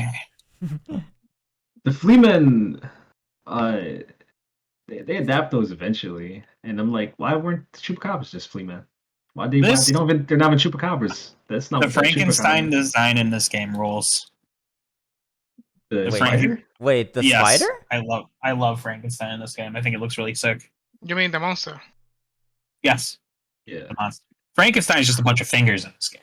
The actual person. Yeah, it I is. thought Collect them all. Wait, Am I wait, the remembering wrong? I thought fingers? Frankenstein was turned into the monster by like Carmilla or something. No. That's No, just not- one It of was his an experiment. abominations. That was the monster. Yeah. Okay. We never find out what happened to Frankenstein. We just know Carmilla fucked him up really badly. Cut his fingers off. That's Yeah. not it. And now they were just jars. Yeah, they never explain where he went. He's like what's the name of the guy who made the combat cross? Ronaldo Gandolfi? Gandalf, yeah. Yeah, he's kind of like one of It's those such a genius. Now characters. everyone just talks about how cool he is in every. I mean, he's sick, dude. He made the combat. It's Oh, he's alive! He's alive! He's alive. We never see him. I'm like, yeah. We don't Whatever. see him. combat cross / vampire killer. Mm-hmm. Yeah, they talk about like, oh, Gabriel and his vampire killer. Eventually, I do like the low reason for that though. It rules. It absolutely rules. Yeah, I do like. There's that. a lot of cheese in this game, but the name drop in this game is fantastic for that vampire Yeah, killer. like- It is like like Zobek's the- best line. yeah, It is Oh, and actually that- pretty good. I'll give it that. yeah. It's a good line. It's cheesy and it's stupid, but it's Castlevania, and it just I enjoy it. I mean, it makes sense that the reason why it's called like the vampire killer is because some villagers saw Gabriel with it killing vampires. Mm-hmm. So Yeah. Yeah, I think Combat Cross in general is just really cool. I like it- that a lot of the tools and traversal stuff's tied into it. It's like the iconic weapon of Castlevania, just the whip. So focusing a lot of just the detail onto it, and especially the iconography of it being a cross. It is the most paladin looking ensemble you possibly could have was given to Gabriel, but he's just an oathbreaker. It's cinema. It's raw cinema. Mm-hmm. We're wrapping up on gameplay right now after almost 2 hours. Oh my goodness. Does anyone have any like final like thoughts on gameplay? I've exhausted like everything I want to talk about it. Like Outside of that boss, no.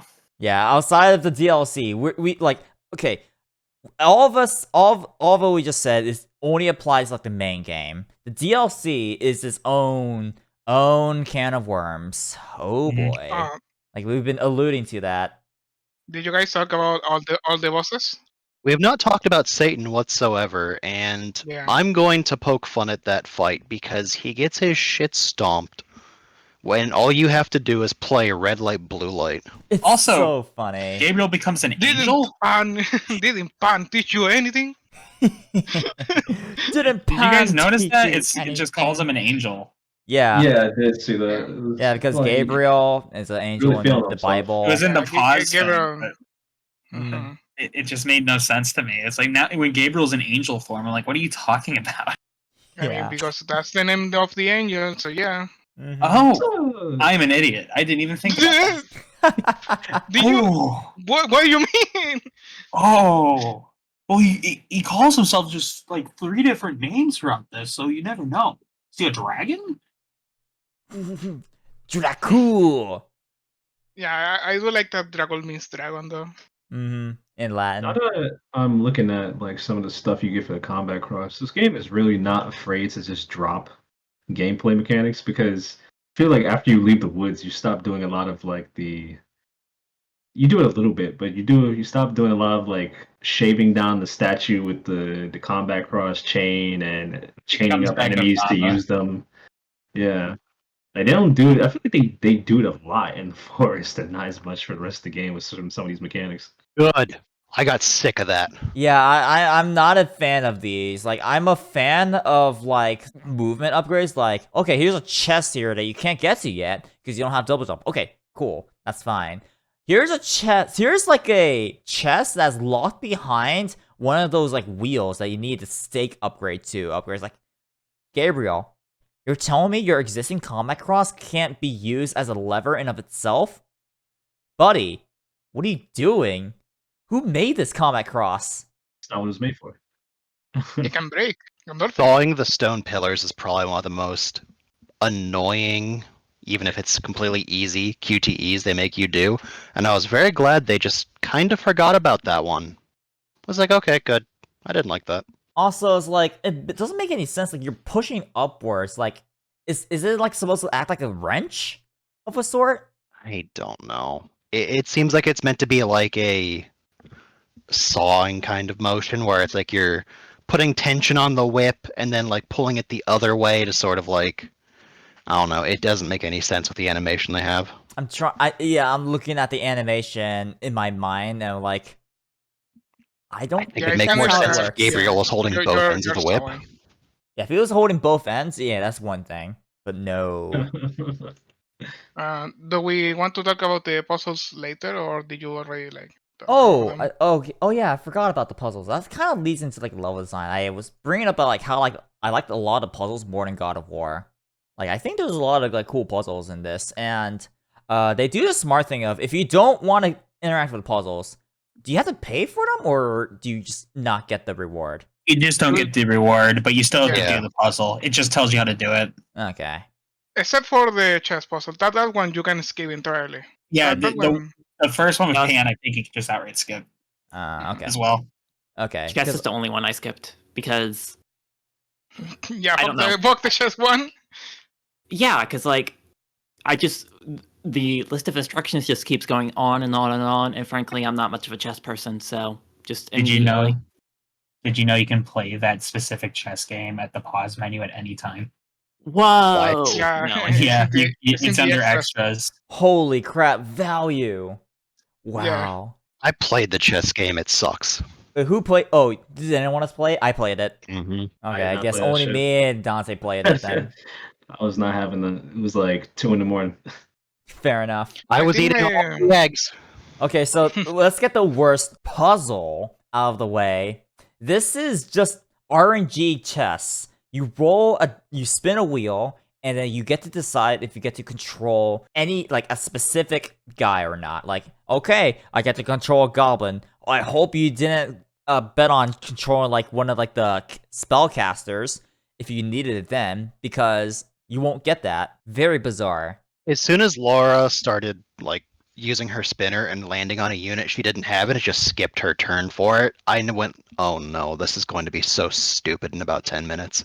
Yeah, it's like either it happens to you or it happens to her, and it's like it just came down to the wire in a way that just felt so annoying because like the entire point of strategy is to like deal with what you got. And yes, strategy games do have RNG, like Fire Emblem, of course. Like missing does like force you to like consider if you really want to take the risk or not.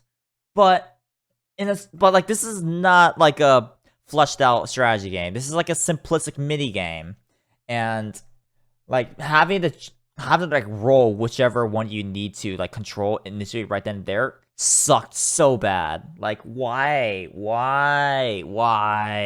Also, it's at the end of a level, so honestly, at that point, I was like, no, just let me get a checkpoint, please. Let me save. Seriously, ugh. Understandable. You have mixed chess with Twister. There are at least 3 YouTubers that will crucify you for this. I never played Twister. I was not a outgoing kid. I have. It wasn't good. Fair enough. Don't recommend Twister.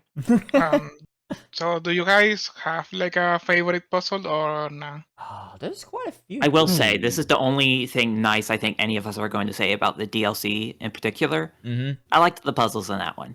Yeah, the puzzles are good. I like the blood one. Yeah, the first DLC chapter is really I really like those puzzles. Yeah, those are like the freshest ones in my mind in terms of puzzles. I like the first DLC a lot. The first 2 chapters. Mm-hmm. The first DLC's chess puzzle is actually good. I like that. The first half of the DLC is really good because they were released in 2 chunks. Right. So like the last 2 levels that we all love, that was it. People paid money outright for just those levels. Yeah. Yep. Yeah, people pay for puzzles. It's really funny. How do we feel about Laura playing as Laura? I like No. We I will like get playing to that. The DLC is its own quarantine section. Okay, my mistake. It's all good. It's all good. It's all good. But like, oh boy. Oh. There's something weird with it's not the first puzzle in the game. It might be the one where there's like an axe swinging slowly going towards Marie. That one. Yeah, that's the first one. Yeah. That puzzle's weird because they do something that they don't do for like the entire rest of the game, which is that they kind of give you the puzzle solution through like feedback from the controller, like picking the rings and stuff. The controller will vibrate on the right choice every time. Huh? It doesn't? Really? Yeah, it gives you the answer because that's how I solved it. I didn't figure it out myself, and I didn't pay for the answer. Every time I went to one of the wheels, it would vibrate, and I would just spin that one, and it would be the right one. And it does that for every correct wheel until you finish the puzzle. That's what? Huh. Interesting. That's I had interesting. no clue. That's crazy. Okay, I played with a Switch Pro controller. What did everyone else play then? For PS5. And Okay. 8-bit do Ultimate. Okay. Yeah, I had a PS5 mixture controller. of Xbox controller and Steam Deck. Okay. Which, by the way, it runs well on Steam Deck. I don't have much to say on that experience, but it's verified, and this is actually a verified experience that is worthy of the title. Unlike certain other games. Oh, and just to go back to the Combat Cross one last time before we move forward, I was just looking up shit about the Combat Cross, and apparently, I think this is post Lords of Shadow 2, maybe? The Combat Cross is like, the last time it showed up was in a Castlevania pachinko game where it's being used by Richter Belmont. Weird. Stellar. And it's not a regular pachinko game either. It's a Castlevania erotic violence pachinko machine. I never looked into those. Erotic violence. Fascinating. That's the Silent Hill one, right? I don't know. I don't know how pachinko machines actually function. I don't know how the video element plays into that. Like, do you win stuff and then you see a video? But they had one of those for Castlevania because Konami, I guess, that was when they were going full in on their pachinko efforts. Mm-hmm. Yeah, it's weird. It's very weird. Yeah, I haven't looked into the pachinko stuff, so this is like completely new things to me. In fact, I'll post a picture of Richter with it. Let me take There a you look go. at this. Oh. Something about his What's face. up with his is brow weird. line? Yeah, what happened to his face? He's a pachinko man. Yeah. This is That's what Pachinko happens when you engine. go through the pachinko machine. Yeah, Uh he's a pachinko CG. I don't think they have much of a Ah. budget for them. oh. Alright. Any last thoughts on gameplay before we move on to the actual meat and potatoes after 2 hours? The story. Nope, not really. Yeah, I exhausted everything I've got already. Alright, so where do we begin? First off, Lords of Shadow spoils itself at first. It's just because the narrator at the very beginning of the game was like, loss of love can make a man desperate enough to do anything to bury the truth, to hide from its pain. It's like, oh, we doing God of War 1 again? It literally just you hear that line and it's like, hide from the pain, bury the truth. It's like, Oh, our protagonist is the actual culprit, isn't it? And it's like, yes, it's just Kratos again, basically. I thought you were going to talk about the part where they just kind of show up. They just straight up show the axe murder happen. They show the axe murder. They show they show Gabriel with the mask on as well. Yeah, Mask of the Dead. They really laid on thick there. So, in terms of the story of Lords of Shadow, what I'm going to really start with, I have a review pulled up. I was telling Lucario about this from 2013 for this game. Oh no. And the exact quote is, "It's difficult to say much more about this game's story without spoiling the ending, but let's just say Gabriel's ultimate fate will either be a shock to you, or you'll see it coming from miles away. No matter what, it sets up a slew of sequels for years to come." What? I mean, hey, Mirror Fate, Lords of Shadow 2. that's Years to two come. sequels. That is years plural. And Yeah. no, I guess no one could have predicted that Konami would have retreated away from AAA gaming. Maybe. Game development in general. Yeah, just gaming in general. Maybe. That is from Old Game Hermit from 2013.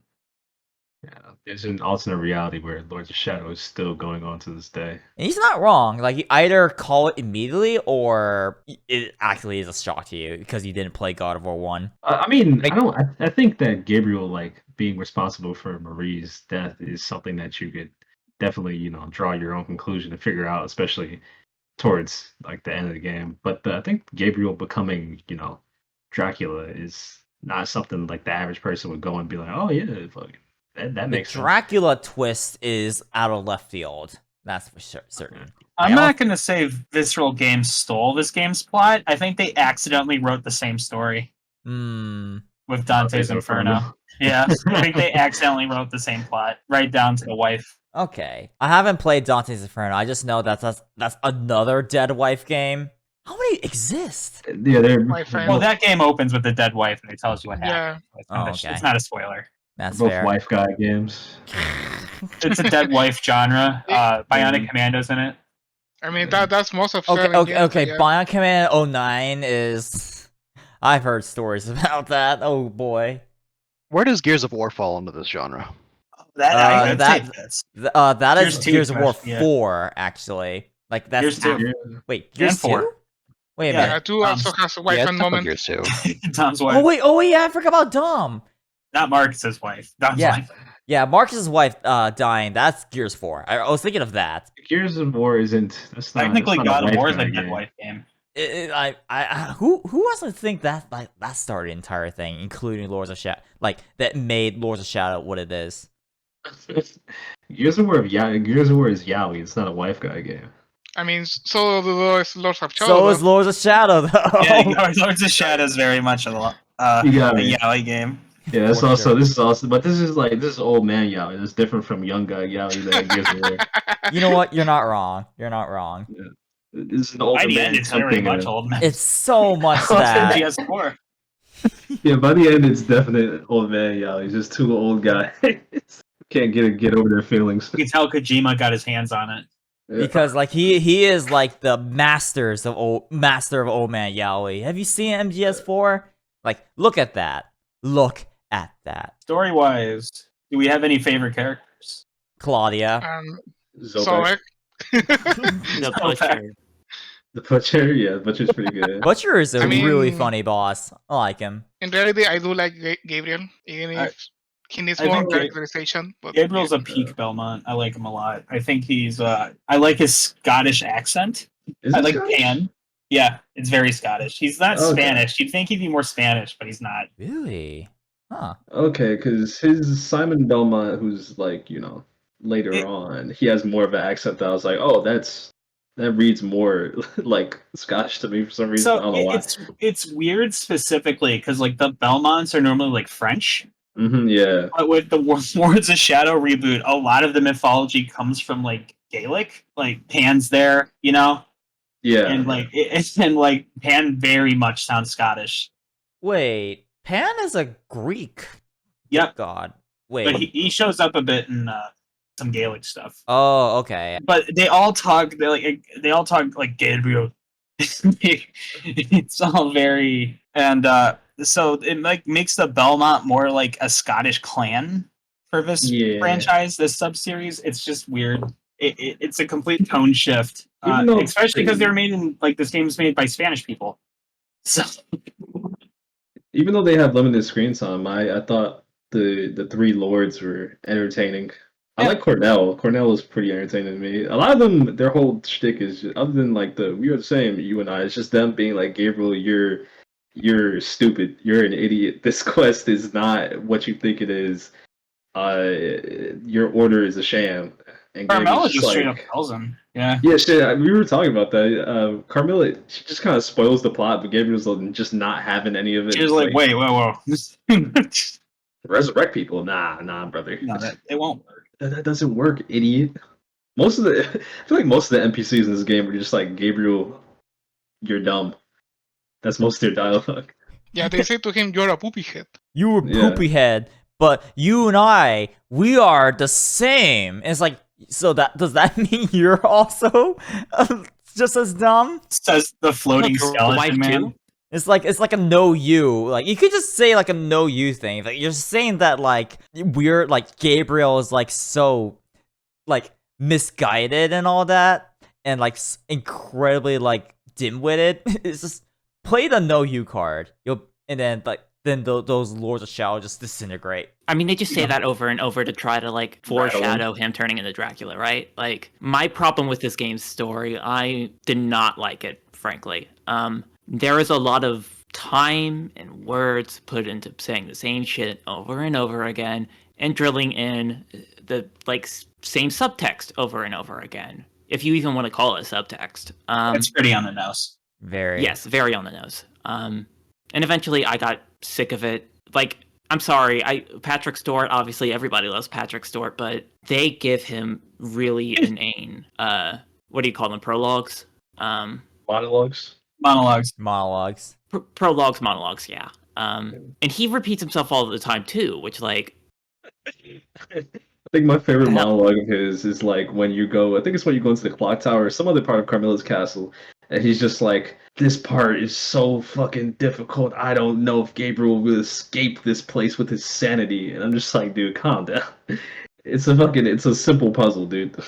But I think probably the most interesting part of Lords of Shadow to me was the whole like each lord were good people that left their worst parts of themselves behind and made the world suffer for it.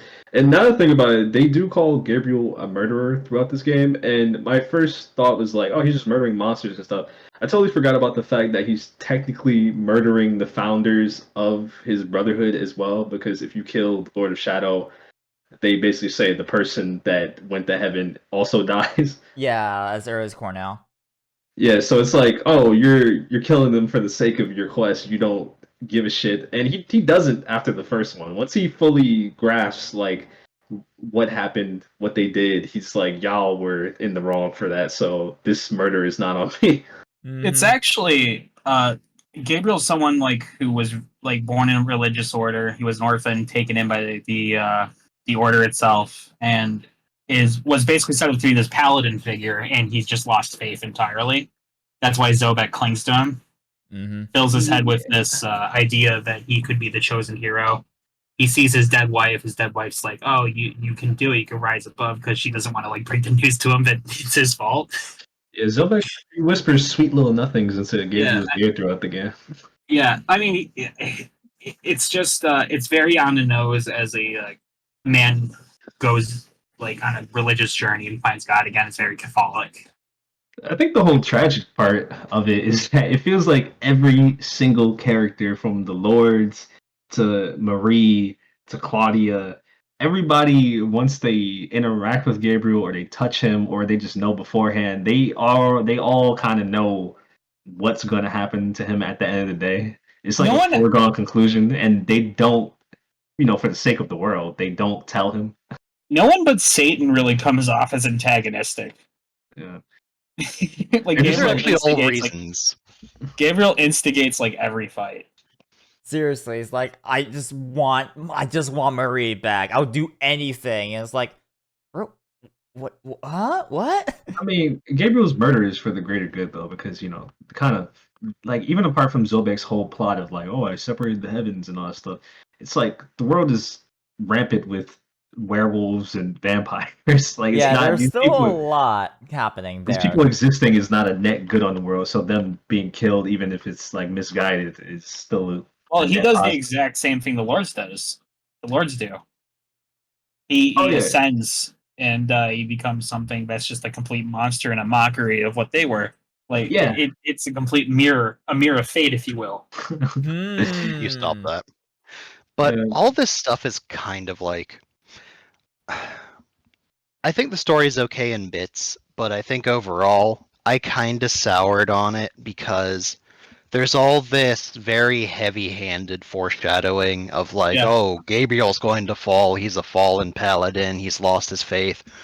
He's just a mindless murderer now. And it's like, the entire time, it's like, yeah, like, the Lords of Shadow are not exactly making the world a great place. They're definitely not innocent people. The whole, like, reveal that they're the founders of the Brotherhood that have all, like, their evil purged out of them and they're personified. It's like, obviously they're not good people, then. They're nothing but the evil parts of the Brotherhood's founders. So, obviously killing them is, like, a objective good for the world, based on the definitions the game has given us. And then you have this whole thing at the end where it's like, the ending of the base game, what we're actually handed is Satan appears for a double cross, which Yes. we'll get to that. Yeah. Love it. Like how they handle that later, but like he tries to tempt Gabriel to like work with him or whatever because like, oh, you've been rejected too, huh? And Gabriel, tells Satan to fuck off, and then I guess he gets like godly angelic powers and he beats Satan. And then he, gets to apologize to his wife, and the whole thing is like all the like the bad murders that Gabriel did, like his wife and Claudia, was just like I came off to me as like it's straight up mind control that Zobek did to him while he was asleep or something. Like, Yeah. He's not conscious. It doesn't sound like he's conscious for it. He doesn't know what's happening. He doesn't want to do it. He just gets like a flash of it in a dream, and he's very unhappy with it. I never really got the vibe by the end of the actual base game that Gabriel ever really did anything wrong of his own volition. Yeah, he's Nope. angry and lacking in faith at points, but it's like, where's this fallen paladin that I was promised? He kind of does the right thing in the end. He actually calls this out during the DLC when Laura's like, I'm sorry, there's no other way. And he goes, I've never had a choice. It's like, Like, in the terms of whole the murder- iconography of it is just... and also, to be fair, none of the Lords actually instigated any of the events other than Zobek. Zobek literally says, oh, I'm the one who cut off heaven. Like, the other Lords were just hanging out. Everybody else is like faffing about, like they don't understand the power that they've got. Stuff Yeah, like Zobek that. Zobek just literally instigates the entire event by just going, well, I am going to set you up to kill the other people who are just kind of hanging out doing their own things. They're not doing good things. They're still ruling their reasons and like, in setting terms of monsters up. the murder, that's what I was saying. It's like, are we counting the fact that he's killing Chupacabras. angels? Chupacabras. Are we counting the fact Yeah. that he's basically killing the angelic, like, personifications of these people? Because they're split into two people. One's in heaven and one's on earth. So it's like Right. he's killing them without any they have no choice in I that. actually took the angelic thing as a lie. Really? Yeah, that's how I always read it. I read that there was like they never really ascended. The mask just corrupted them. That's how I always took it. Considering that there is a lot of lies, like the mask itself is just like a sham, doesn't The actually whole allow you. setup of it was a lie to Gabriel in the Right. first place. Like like the mask lets you see through God's eyes, but it doesn't actually grant you power. It seems so. Like whatever power they did take or whatever was granted, they never ascended. That's at least kind of how I viewed it. It's really funny that he finds his faith like during the last boss battle and then immediately He gets a mouth loses it. laser. Yeah, he finds his faith in God again, and then immediately after the boss, he tries, to do the stuff with Marie, doesn't work, and then he loses his faith immediately after. Did I misread this, or does he shoot a mouth laser out, or does the power of Christ beam into his mouth? He shoots it out. I'm pretty sure he shoots it Does out. he? Yeah. Because Yeah. he's able to Radiating bear holy hug. power. But then he bear hugs Satan and like he turns into dust. So like the way I read the scene was like Jesus beamed into his mouth. Like he didn't shoot it out; it shot in. I do It think looked ridiculous no matter what. It's silly no matter what. in terms of Gabriel's downfall, it's a little bit weird to me because it's completely forced. It's like I don't know. I can like the way they paint it is that like throughout the game he has already fallen. When in actuality, it feels like by the end of the game is when he's actually fallen because he just he no longer has faith in anything. Even then, And it at the just very feels end, like he extols the virtues of love, even though he's shown no positive emotions the entire game. In fact, Gabriel is just like a stone-faced bore most of the time. I'm glad you guys like Gabriel. I really am. He did nothing for me, partially because he is just stone-faced the entire time, and I think the voice actor tries to give him a little more emotion in some scenes, but you can tell like whoever was directing him was like really emphasizing, no, he's stoic. He's stoic. He has to be cool. He has to be. We can't have people thinking he's gay. All right. No. I said no. We need to reserve that for Zobek. I do think part of it is that it's just a very lonely journey. Like Gabriel doesn't get to interact with a lot of people in the first place. It's a lonely journey till you realize there's like some guy with a spyglass. Yeah. Zobek's always slightly off screen, He's writing behind notes. the bushes with binoculars, just looking at it. He's like, And somehow Zobek knows how Gabriel feels in moments. Zobek tells us a lot about how Gabriel's feeling, and we don't see any of that in cutscenes at all, ever.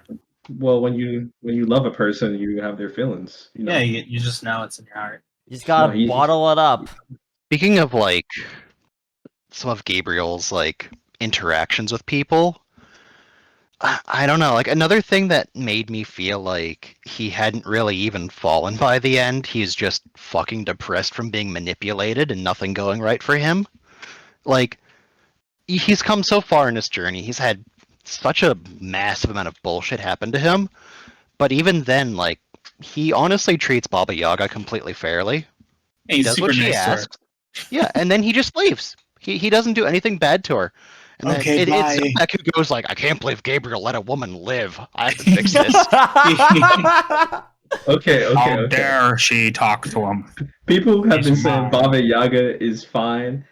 I don't think she's fine because She eats the knights. It's implied she ate the other knights. She eats the did knights, she? and she eats people who are not polite to her. They say that you have to be very polite to her. And the other thing is that she's the whole reason that Malphus exists is because Baba Yaga killed her lover, and then Malphus tried to kill herself. So It's just Gabriel has no context for any of this. She's just some old crone that lives in the swamp, and he's nice to her, and that's about the end of it. He's People like, change. And also in the very end of the game, you can still find knights. It's like, oh, but the witch sent me here. It's like she's helpful even beyond Gabriel. Yeah. I ain't trust it. Zobek, I was like Zobek. This is a net positive for Zobek. And not the night trust her corpses ass. strewn about are just nonsensical past a certain point. Yeah. They're It's a so stretch. funny.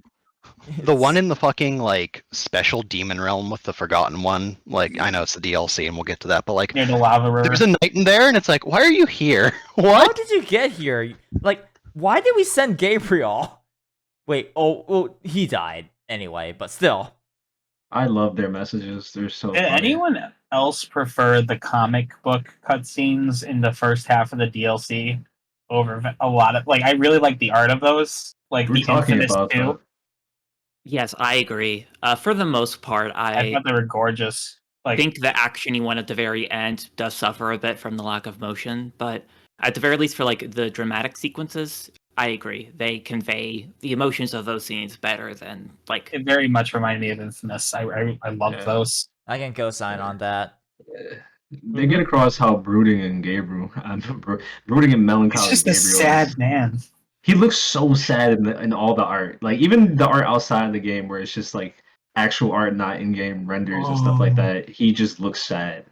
He's not allowed to show emotions. Yeah, the box art is also he's just like forlorn and the like. It's a He's sad like, guy. "Mm."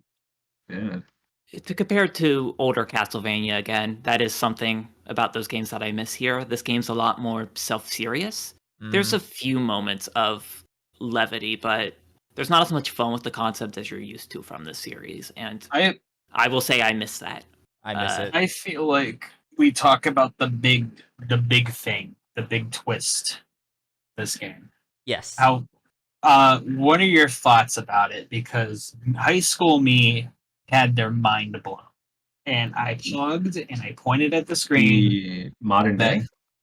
That Gabriel Belmont became Dracul, as he calls himself. He says a soon Dracul or something like that. Mhm. And he gets thrown out, and then a taxi cab's there, and everyone was like, "Whoa!" And it's like a Kojima cutscene, and everything's like cool, and he looks super cool. I was so hype in middle school. I can't wait for the next one. Stoked. I didn't know that Lords of Shadow 2 was modern day. So when I saw that secret movie in Kingdom Hearts terms, I There's was a like, reason for that. yeah, I was like, wow, what the hell happened here? That's It reminds me of Kingdom Hearts 1, the secret, like revert, whatever it's called, reverse rebirth. It's pretty cool. I knew the twist going in, so unfortunately, I don't have much to say on the matter. I mean, it was It's cool to hard see it not play to. out. It was a cool cutscene, but It blew my mind. I was taken aback when I saw it. I mean, Castlevania is not, it's no stranger to like a modern day setting considering RSR and all that stuff. But I definitely wasn't expecting it for this, considering the 90% of the rest of the game. I like the direction. Yeah, it was just so out of left field. That was crazy to me. I also knew this end cutscene twist going into this, but also with the context of the like pre-final boss cutscene as well, I just kind of felt like, wow, you guys really don't know how to do one twist at a time, do you? You always gotta have two. It's always two. It's always a second. What's cool about Dracula Gabriel is they gave him the facial hair.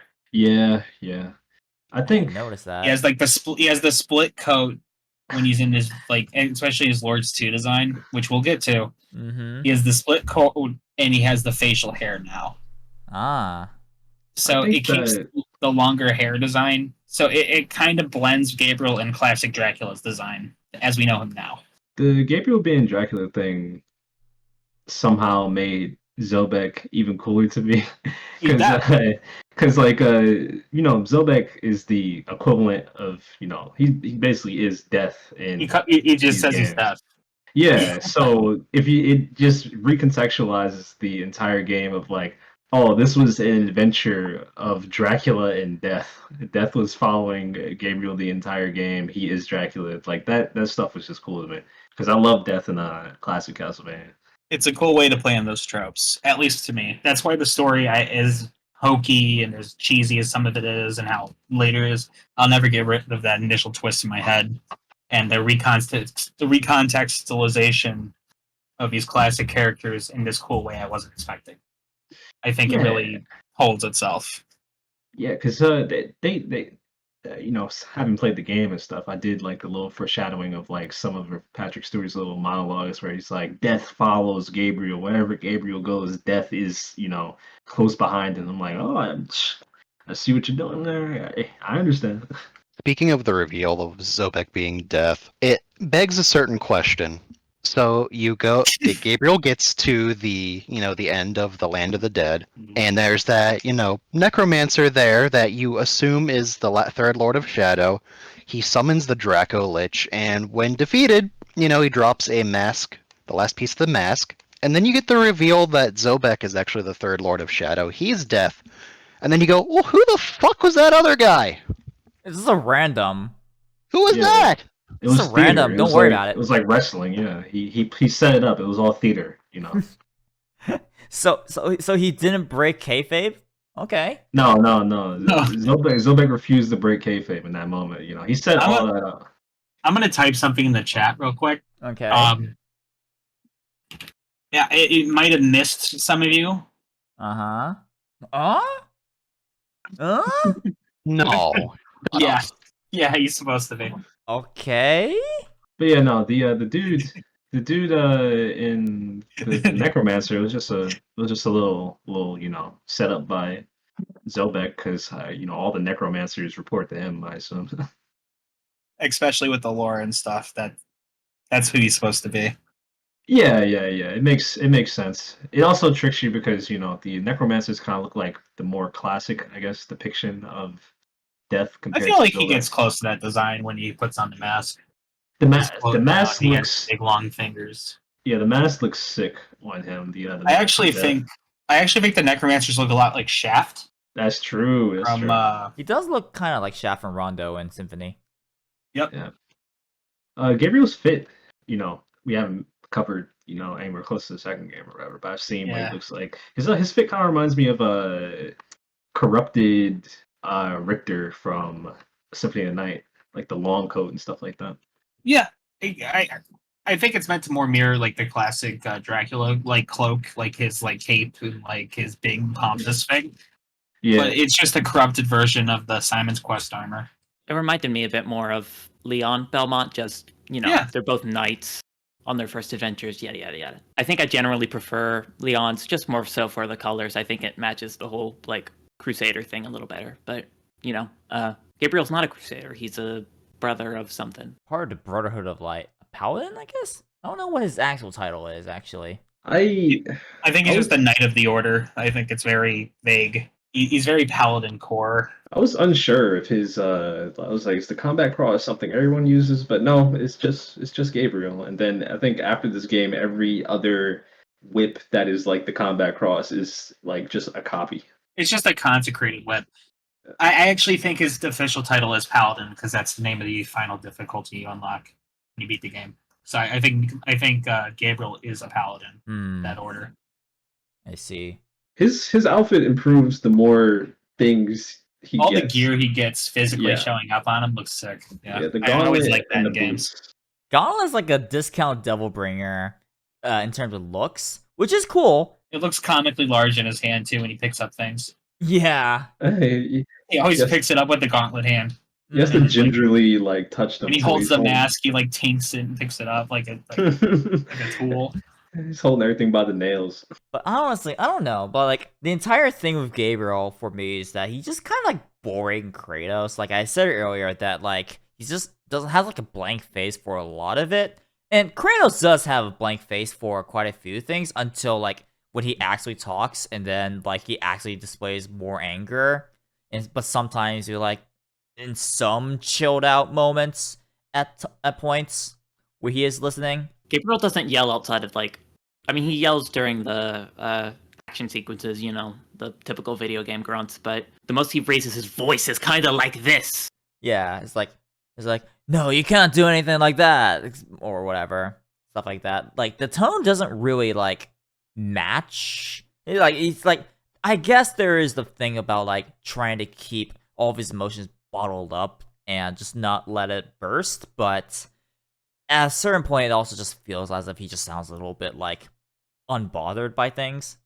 Another defense Really? of this game's plot that I hold is Castlevania's, like, despite the strong narrative of maybe the 2D like Igavini games, even those games' story isn't really the strongest subject of those games. I feel like this is the most it fails in a lot of aspects in this, but this is like the most cinematic a Castlevania experience has ever been. Mm-hmm. Yeah. with all the good and the bad of it. I appreciate it for that. I don't know.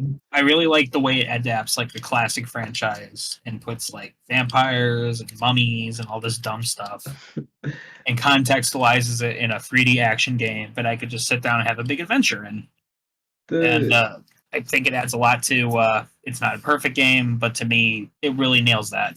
At least for just like I'm gonna sit down and just have a fun time. Also, I forgot. So Beck tells us that Gabriel hasn't slept in days. He tells us like 5 times. So that's actually why he's so whatever. He's just kind of groggy. It's just erratic and groggy. Yeah. Mm-hmm. For sure. The vibe I got from Gabriel during like maybe like the later cutscenes, but definitely whenever he's talking to the Lords of Shadow is like less like disinterest or melancholy or brooding and more just like subdued anger. Like he's angry, but he's like I'm not gonna let you know I'm angry.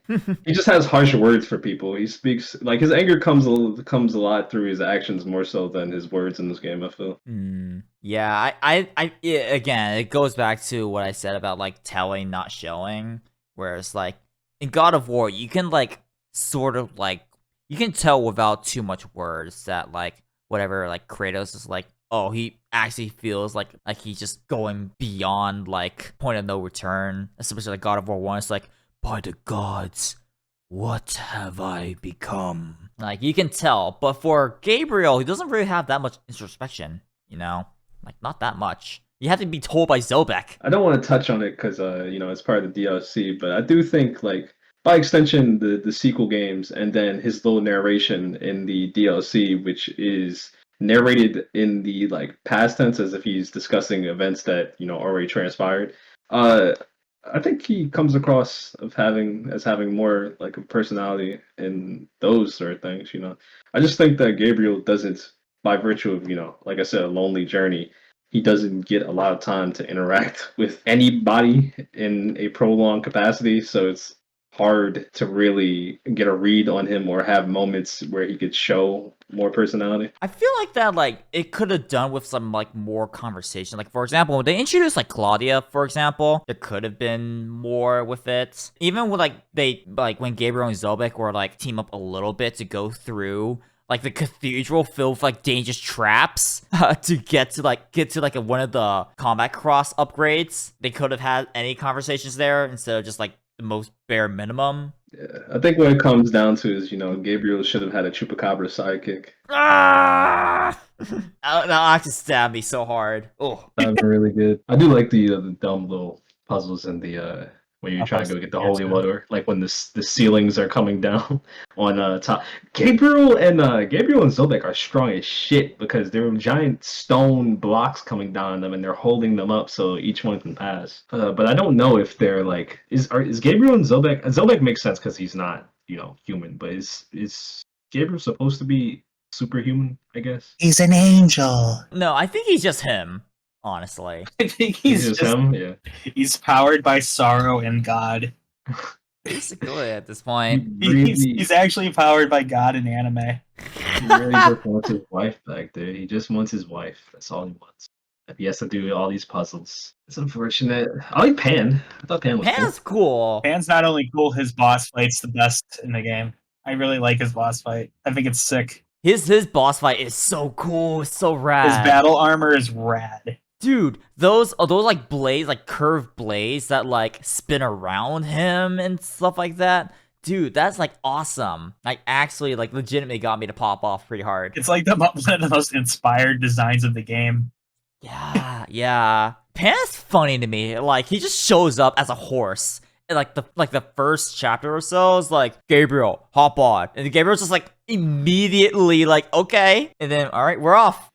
Is another one of those characters like Claudia where they interact with Gabriel and they already kind of know where their story ends, which I think is interesting, especially in regards to Claudia. Like Claudia very quickly accepts her fate in the story. Same thing with Pan. Right. Like she touches Gabriel, gets a clue of what's gonna happen. It's like, oh no, and then but she just keeps it to herself. I feel so bad for the Dark Knight. Dark Knight's Dark Knight's such a bro. He didn't deserve that. He really didn't. It's like but it kind of feeds into like my main like another problem I have with the story is that like deaths in the story need to be handled in a way that like you feel like an arc naturally conclude instead of just being a sacrificial lamb. It's so jarring that it happens. I think it's good as a shock value thing, but then it like you can't really go past it or reflect on it because it's just like a psychotic thing that happened. It's like watching a character die in a car crash in front of you, and you just have no idea what the movie's doing. Claudia and the Golem are interesting. They're interesting in that like there's a lot of this game, but especially that part with that like the ruined civilization where you're traveling with Claudia and her little Dark Knight for a bit, where there's whole big swaths of lore for this game where it's like there was a giant kingdom and they made these giant titans and there was a war and all this and that they just leave in the notes for you to find yourself. The whole game is so oppressively lonely that the 2 segments where you have someone with you, like even with Laura later in the DLC, Yeah. You genuinely do feel like a tone difference, and it's actually kind of nice. Yeah, when you're with Zobek, when you're with Claudia, when you're with Laura in the DLC, it is a very different vibe, which You grow to love that vibey exploring music. Yeah, Claudia was Zobek, cool. hold this lever for me. I'm coming, Gabriel. Anything for you, sweetie. The statues, Gabriel. But yeah, I like the a lot of the secondary characters kind of landed for me. Pan, Baba Yaga, Zobek. It's I don't know. It's weird. They're like they don't sometimes they don't really feel like characters. They feel more like vignettes. They feel like stepping stones for Gabriel. Would you guys consider this a Castlevania game? Yeah, why not? I mean, Oh, here we go. This is where I'm most interested in this conversation. I mean, what makes Castlevania? There you go. yeah, like what makes it Castlevania? Because like, No, I'm saying what makes a game Castlevania. Period. yeah, that's a good question. Because like when I played Lament of Innocence 3 years ago, and Lords of Shadow and Lament of Innocence, honestly, kind of like with their combat, it kind of feels a little bit similar. It feels as if like Lament of Innocence still has perfect parries. It still has combos, and stuff like that. I'm not really asking on like a gameplay aspect. I'm saying in terms of, do you think it fits within the franchise? I mean, why not? I mean, it's not a very story. Not heavy canonically. franchise. Well, not canonically. I'm just talking about. Like tone. I've seen a lot of complaints about this game just being God of War clone. It's not Castlevania at all. But I think a lot of elements of it actually line up with the original trilogy, and it just like it's as much of a Castlevania game as an Igavania game. I see a lot of vitriol about like this specific franchise, like, oh, they just jumped a shark, but I never viewed it like that, especially from like the aspects that are still there.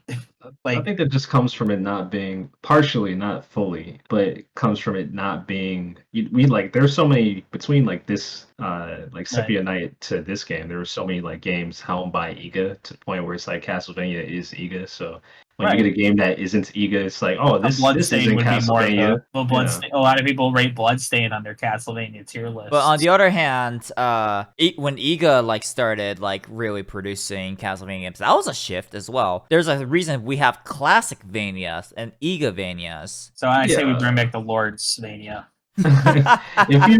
If you work by that logic, then I'm pretty sure there are fans out there that probably played like from Castlevania 1 to Rondo of Blood that we got to Symphony Night and they're like, this isn't Castlevania. Those games aren't Castlevania. And They totally exist. I think like, it's I just love 64. Yeah, it's just the same shit with Lords of Shadow where you get so used to like a certain type of Castlevania that when something new comes along, you're like, oh, this isn't the game series, even though game series, not that they do this to survive, they just change up. I mean like Symphony of the Night was like, let's look at Zelda and make this game. Like, they didn't look at Metroid, they look at Zelda, and Zelda is like one of the big series that people would rip off of, for good reason. Just like how people have good reason to rip off of God of War. If we were still getting classic Castlevania games, I mean classic like Castlevania 1 through 3, Rondo of Blood, and if we were still getting those, I don't think Castlevania would still be around. Well, there's more. I think there's more factors like Konami, just in general as a company. No, I just mean I think series, in order to have longevity, need to shake it up every now and then. I agree. I think this franchise is just unfortunate for being around the time where Konami just gave up. Yeah, that's the main issue because, like, again, like when I compare this to Limits of Innocence, like gameplay wise, I think there's a lot that kind of lines up with the two, and like Limits of Innocence already goes a little bit more in like an actiony direction. I haven't played Curse of Darkness yet. Actually, I need to hop on that. I like Curse of True. Darkness. I like Legacy as well. Mm-hmm. Is this a Castlevania? One thing I use to like identify Castlevania with for the most part is a just sort of like not entirely serious willingness to just mash together tons of like horror and monster movie stuff. Classic stuff together, just all in one big soup of it. And that's just kind of how it is. I mean, like the first Castlevania game and laid the foundation for you have skeletons, zombies, giant bats, there's Medusa for some reason. Then you have like Mummy, Frankenstein's monster, just all sorts of like random old classic horror movie stuff, just kind of all over the damn place. And this franchise is really, really consistent about reusing all that stuff, and Lords of Shadow has the absolute least of that. Right. Mm-hmm. And I don't think that precludes it from being a Castlevania, but I think it's a very noticeable It's missing. like It's missing that reduction. element. I can agree with that. And I feel like the follow-up entries, we'll get to them, but they do better. they do better with that. Yeah, they definitely Um, have more variety in terms of like This one is, enemies. without being movie-based, though, it is very much a monster mash. I mean, you got Baba Yaga, you got blatantly the It's Shadow more of of the a- Colossus. It's more of a fantasy monster mash than like a horror Yeah. monster mash. Yeah. The They latter just make a games different start getting- cabal, but while Yeah. still, so I can see that. I just feel like this game has this big shadow, pun intended, over it, I don't know. where it's like, oh, this is what killed it. I think if you came into this game with the inherent, like, I don't know, I guess you could say, I just use the word bias. If you came into if the Lord of Shadow games with an inherent bias of this isn't Castlevania, this, that, and the third, I don't like these, then when, due to circumstances outside of the, people making Castlevania their control, when Konami's just like, we're not making games anymore, and these are the last Castlevania games, you start drawing the conclusions off of your bias of like, these games were so bad it killed the series I like. Well, this proves that these games are bad. It's just like, People no, put it's just this as low unfortunate. as like they would put like the Adventure or Haunted That's- Castle original. That's fucking insane. And I don't agree with that. Yeah. I don't. Yeah, I just can't agree with that. It's I would not- rate this, as you said, something close like Curse of Darkness or Lament of Innocence. Mm-hmm. Like Right. in terms of like where it fits. It's not one of the best. Like I'm a Symphony guy, but like I cannot view this as like being that much worse than like the rest of the franchise. I mean, we discussed it a little bit outside of this cast, how like if they bring Just a back little. Castlevania again, yeah, just a little. Just a If they bring little. back Castlevania again, Konami, like in a AAA space, like they're gonna end up having It's the gonna shit be get up something again. like it's gonna be something similar where they just do Yeah. a complete reboot or a side series or It's not gonna be a Iga style game, and I'm fine with that because it can't be. Like you have to capture a new audience, I guess. I'm not saying a new Iga game couldn't capture a new audience, but I feel like you in a AAA space, the Iga Castlevania games aren't, and this is not. I would still love one, Konami. Please do it. It's not a slight against them, but they're not. I don't think they're what people think of when they think of like, oh, a AAA fucking video game with a lot of budget, Sorry to hijack this with this discussion. It's just like this has been hanging on me for like a week. This whole like statement about this. Oh no! As I play these games more and more, I'm like, people. I'm not gonna say unjustly, like it's a crime. No, but I think the criticisms brought up are completely valid and actually Yeah. correct. I It's feel like just people goods shit on overweight. Mercury Steam a little bit too much Yeah. for these games. It's like they were cooking before Metroid. I think that like as a Metroid fan, it's also really fun to play Lords of Shadow to recognize that a lot of like the good ideas you saw in Samus Returns and Dread still kind of came from Lords of Shadow. I feel like for example, some of like the boss patterns, like for like the DLC boss, the infamous one, I can still sort of see some traces of it for future bosses in their Metroid games, for example. I feel like the DLC in particular is a step closer to what things would be like more in Metroid.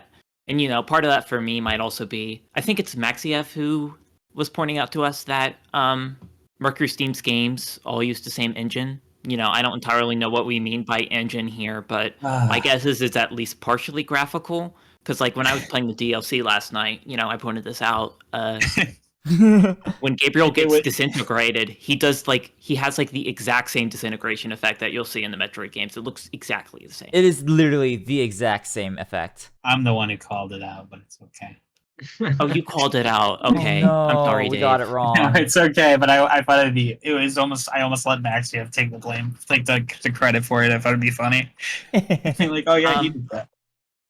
But getting back onto the earlier question, again, I said earlier if I wasn't playing this game for this discussion, I would have dropped it before I even got to the castle. I do wonder how many of the people who claim this is not a Castlevania game, or at least like conceive of it that way, did that kind of thing, because Right. eventually this does become like more horror inspired, more of a monster mash sort of deal. But this game really holds its cards for a while. Yeah, I agree. Like in the like first like 7-8 hours of the game, I myself was asking, why is this even a Castlevania game? Why is it called to that? There's like nothing here besides the width. And I don't feel that way after beating it. And I'm not too interested in playing semantics personally about whether it is or isn't a true Castlevania game, but I can at least understand how It's a some people discussion. come to that conclusion. Right. Yeah. I think that like it's airing closer to more you play, I think. Yes, and that's clearly an intentional thing on Mercury's team's part. They wanted to slowly more resemble the Castlevania we're more familiar with. Right. But And I think it does mean if you're turned off early, I you're think not they gonna do see reach that. there, but it takes way too long, and I think the game actually is way too long. right. That also is like just like a problem like the story in general. I think that like it could be improved if you just lopped off. You can cut Cornell, and the game would be just as good. Yeah. If you only had 2 Lords of Shadow, that would have been fine. I do think that Mercury's theme, just from like the various references and stuff, I do see the question of like why is this Castlevania and stuff like that, but like I feel it definitely feels like from references and from what I played of this, Mirror of Fate and other stuff I've seen from the following games, that Mercury's theme does genuinely just really like They really Castlevania. care. Yeah, they care. They do care, and I feel like it does shine through. It takes a while for it to shine through, but when you get to like blatantly, just when you get to the castle, you're like, oh wait, they can't. Yeah. They did This care. isn't just them co-opting a franchise to make their own like fantasy game. Like they like Castlevania. They're just going Okay. about it in their own way. They're huffing their own farts a little bit up to that point, but Yeah. I think the game is genuinely impressive for the time it came out. Yeah, I think that like all like the things will go away if it just, I guess, had like if it literally just the same gameplay, but you just tie it in, like you just made like a story that fits in with the Iga timeline. No one would care because it's like, oh, it's like building on Lament of Innocence and Curse of Darkness to a degree. Most of Lament of Innocence. If they tried to include this in like the I guess the main timeline, the canon one, I guess, I think that would have been more to this game's detriment. I sort of agree. It's just, well, in terms of what this game wants to do, because like budget does influence what monsters you can put in, what set pieces you could put in, etc. But still, I do feel like that most of it is probably just due to like the story just being like not in the same universe. Like legitimately, I think it's just like that. And even though like it rips off a lot of like contemporary like AAA design, like Shadow of the Colossus and God of War and Uncharted, I feel like that like Castlevania like still ripped off like Zelda for Symphony of the Night and wanted to go in that direction, and also wanted to be like an RPG as well. So it's like that still took influences from other games. So why can't this Castlevania take another inspiration from a bunch of other popular games? I think fully people kind of believe- drag it for that because it didn't execute it any better than what it's aping. Meanwhile, a lot of older Castlevania games were like, some of those games were real bar setters. Like, yeah, Symphony of the Night totally stole from other games prior to it, but it also set the fucking bar high. That is true. Like it's literally just like it didn't manage to reach those same heights. It's more like the same heights to me as a Lament of Innocence, I feel. Going back on that Universal Monster movie bit, I think another crucial thing missing here really is the camp, because that is crucial to both those old movies and for older Castlevania games. There's a reason people love the PS1 version of the Symphony of the Night script more than the PSP version, is because it's got that like kind of like old horror cheesiness to it, which this game by and large just is not interested in, which I don't think is a bad thing necessarily. I said I wasn't a big fan, but I mean, they can do whatever they want. But it does make this game feel really different. Another thing, which I don't know if you want to use this as a segue or not. It depends if people are done talking about this particular I think we topic. talked about the story and the topic enough. I think it's good to segue. I mean, we're not going to make this a 7-hour spoiler. We'll see. We might. Oh, we might. Another thing that completely changes the vibes is the music. This is a very different. This is very different from the way Castlevania games have traditionally sounded. I am fine with going for that more cinematic sound. I will say I did not find it terribly remarkable in a lot of regards, but it very much does change the feel of it all. Yeah, that's another thing. I'm indifferent to the music, which is, I don't know if it's a good thing or bad thing, because it goes in one ear, goes out the other ear, I guess. When I'd say if the Netflix show didn't exist and it was still just Lords of Shadow, I would say, oh, they can't really do like more operatic or cinematic versions of Castlevania music, but they do it in that show. So I'm sure if they wanted to, they could have had more cinematic or operatic sounding versions of classic Castlevania music in these games if they wanted to. I don't even think it's about the melody so much as just like a complete stylistic change. Like the older games, there's like a little bit of classical influence, it depends on the particular area, but there's also like a lot of rock, maybe a little jazz or whatever. And here it's all like very clearly inspired by film scores specifically. Mm-hmm. Yeah, they're really sticking to a tone. I Yeah. really like the score. It's not a tone that I personally jive with, just in general, so not much of the music I remember. I only remember some like the quiet music when you're just exploring. I think the triumphant like boss music theme, which is Gabriel's theme, is really good. Yeah, they kind of use It's that probably the one you throughout. probably think of the most when you think about the boss fights of this game. The like the high trumpets and like I think it's handled very well. The one Yeah. last thing I'd like to say on the lack of camp thing is it almost feels like a missed opportunity to lean into that a little bit just because of Zobek's constant delivery.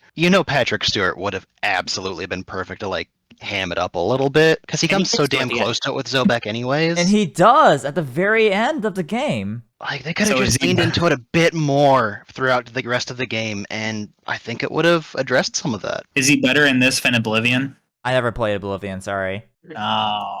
I think it's less camp and more just like Shakespearean like soap opera-ness that Zobek gives off that they can definitely lean more into. Like it's very exaggerated compared to a lot of the other characters and stuff like that. But then again, Zobek is the one that gets the most lines of all these characters. The Lords of Shadow themselves, I think, they kind of ham it up as well when they're talking to Gabriel, especially like Cornell and Carmilla. It just sucks that like they're trying to be a little bit hammy, and Gabriel just goes, "I don't care, shut up and die." Which is in of itself a little bit camp, I feel like. A little bit? I don't know. Because, like, you make a big, impressive show, and then you have, like, the irreverent, like, protagonist, like, I don't give a crap at all. Go to hell. He just sounds depressed as opposed to, "Die, monster!" You don't belong in this world. Yeah. Artist discussion is hard. Having knowing stuff about what comes after this game, because it's like, all of these issues are kind of addressed. Oh, interesting. Like just in terms of like we were saying, like Dave and I have been touching on, enemy variety, tone, a little bit more camp, just a little bit more, a splash of a little bit more weirdness to this flavor of Castlevania compared to this game that plays everything a lot more straight. So do we want to stand in a circle and beat the Forgotten One to death now? All right. I All think right. it's time. It's time. I think it's time where we It is- discuss and just. Lucario, why don't you start and describe what we're talking about, so, like the DLC like layout, and like let's say part 1, part 2, in the massive quality drop that happens when you get to this last 2 chapters of this game, or the last 2 levels of this chapter. Okay, so It's just let's say you're the unfortunate person from 2010, 11? When did the DLC come? I don't know, but it doesn't matter. Let's say you're the unfortunate person to have bought the DLC. So, the first pack, you get 2 levels, and they're actually pretty decent. Like, you go back to one of the cathedrals in the castle, you meet up with Laura, one of Carmilla's quote-unquote daughters, I'd say? Yeah. And like you chill out with her basically, and you start off the DLC by doing a puzzle where you have to rearrange pieces on the chessboard, which is probably one of the best puzzles in the entire game. So while it initially starts with like the very first things like, oh, we're revisiting this again, like it quickly like goes uphill because it has a pretty good puzzle, and then you go down, do some more puzzles, and then later, you have to, like, take control of Laura for a couple of moments. I wonder... I don't think there has been, like... This is one of the worst secondary characters I've ever had to play in an action game. it's so much worse than hard. It's What?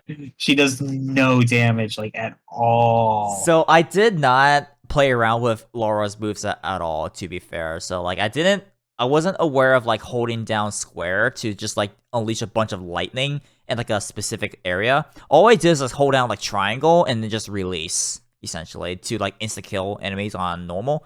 Do they insta kill on hard? No, it doesn't even hurt them. What? Yeah, That's it barely fantastic. scratches them. It just knocks them back. Oh my goodness. But okay, so yeah, it's basically just like, okay, you have to like just keep whittling down, and Laura has a unique thing where once you lower down enough health as if you're playing Modern Doom, you can grab them and just suck their blood and just heal. But don't suck too much. Don't mash the QTE too much, otherwise if you do that, the ghoul will just explode and it'll hurt you for like 35% of your health. Not good. In So- hard, it's an instant kill. Oh, God. Love that. Well, yeah, but you have to do that in order to, like, you have to go around and do combat that way. Your moveset sucks. You have a really good, like, evade because you can turn into a mist form and just dart around the arena that way. But the transition from going from mist form to going back to attacking is so freaking awful and clunky. Can't you hold down the dodge? You can hold down to dodge. I'm just saying that, like, when you rematerialize and want to start Oh. attacking, there's a lot of Yeah. a big delay before you can start attacking again. So that sucks. But otherwise, you go through some neat puzzles that I quite enjoy. And then the very end of the DLC, you get what's possibly the dumbest explanation for the secret movie's base game twist possible. You want to know how Gabriel becomes a vampire? You want to know how? The little girl asks really nicely. Yeah, it's literally exactly that. It's like they open, like, long story short, they open up a portal that takes them into like a different dimension. Essentially, it's not literally a new dimension. It's just like the Forgotten One's like prison. And Laura's like, "Wait, you can't go in there, otherwise you'll die without being a vampire." And then Gabriel's like, "I have no choice. What must I do?" And then Laura just like rips apart, like just like bites into her skin and offers like her blood for Gabriel to drink up. And Gabriel drinking up that blood is what caused him to become a vampire and therefore eventually become Dracula. Suicide by Gabriel. I really hate this shit so much. I hate it. That twist is legitimately one of the dumbest fucking twists of the entire game. Like, it's probably the dumbest twist. It's the final nail in the coffin of like invalidating Gabriel's fall, because it just like you get all this foreshadowing again that Gabriel's going to just like, fall to shadow or whatever by the end of this. But that's like, oh well, he beats up Satan. He's clearly redeemed in God's eyes. Great. I guess that none of that happened whatsoever. Then they give you the secret movie, and it's like, oh, he actually does fall. He turns to Dracula somehow. And then what does the DLC do besides go, we have contrived a completely legitimate reason for Gabriel to do this and have it be a good thing? They took like what would have been the coolest part of the sequel and just explained it in a half-assed DLC. Yep. A DLC, which, by the way, they regret making. They literally said, we regret making these DLCs. It just drives me nuts that they actually contrived a positive reason for him to become Dracula. It's like, you gotta wonder what horrible things drove him to this, and it's just like, actually there's this world-destroying demon that Gabriel had to go kill, and this is the only way to do it. It's like, really? How is this a bad thing? What's I think crazy is they there's- set up like an actual like selfish reason at the beginning of the DLC that he was like so upset about like the events of the main game, right? And they Mhm. still tried to pin him as heroic with his selfless acts, quote unquote. Yeah. When they had like an actual reason to just let him be evil. Seriously, it's just like, this really should have just been like, yeah, make Gabriel more of a villain. I love except the main no. game. I do not like this DLC. This DLC, like, oh, the story's even worse than the main game. It's even worse. Oh, this story's so rancid. I think there's a hard line between like how I feel about Gabriel's actions and like how he feels about his actions. Because to me, it's like, oh, he had to do this for the greater good because it was a good thing to do. He has to become a vampire, go into the portal, kill the evil demons, going to destroy the world. But to him, I can understand how this aids his quote unquote fall, because it's like, well, cool, I'm going to go do the good thing, but doing the good thing once again has to involve me doing something shitty that makes me feel bad for him as a character, I mean. So it does explain to me, and it could have been done better because, Laura is barely a character. There's not enough time to spend for her to make the same sort of emotional impact on the player. But I understand why it's like, especially from his narration of those two chapters, it's like, okay, not only am I, I couldn't get my wife back, God won't allow it, stuff like that. I've done all this for nothing. Now I also have to end up killing a child to go do some shit that I generally don't want to do, because he talks about this. He doesn't care about the state of the world, even though the Forgotten One, and she kind of urges his mom to do it regardless. It's like, I don't really give a fuck. I just want to, sleuth off and do my own shit. So I can understand how this plays into him becoming the sort of person he is in the sequels. But yeah, the way he does become a vampire is contrived and dumb. But It's not even the way he becomes a vampire. It's the way he becomes Dracula. Yeah. I feel like more things after this would probably contribute to that in general, though. I love this game, but even that, like, it's a lot. Like that, it is because like as you said, there's a lot of things building up to this, but the actual lead up and like the actual like, hey, I just want to commit suicide. Can you help me? It is just crazy to me. And then DLC 2 stops having story entirely. It's like, because there isn't. They feel like no story. There's no like hindsight with this where it's like, oh, fucking, like, we should have.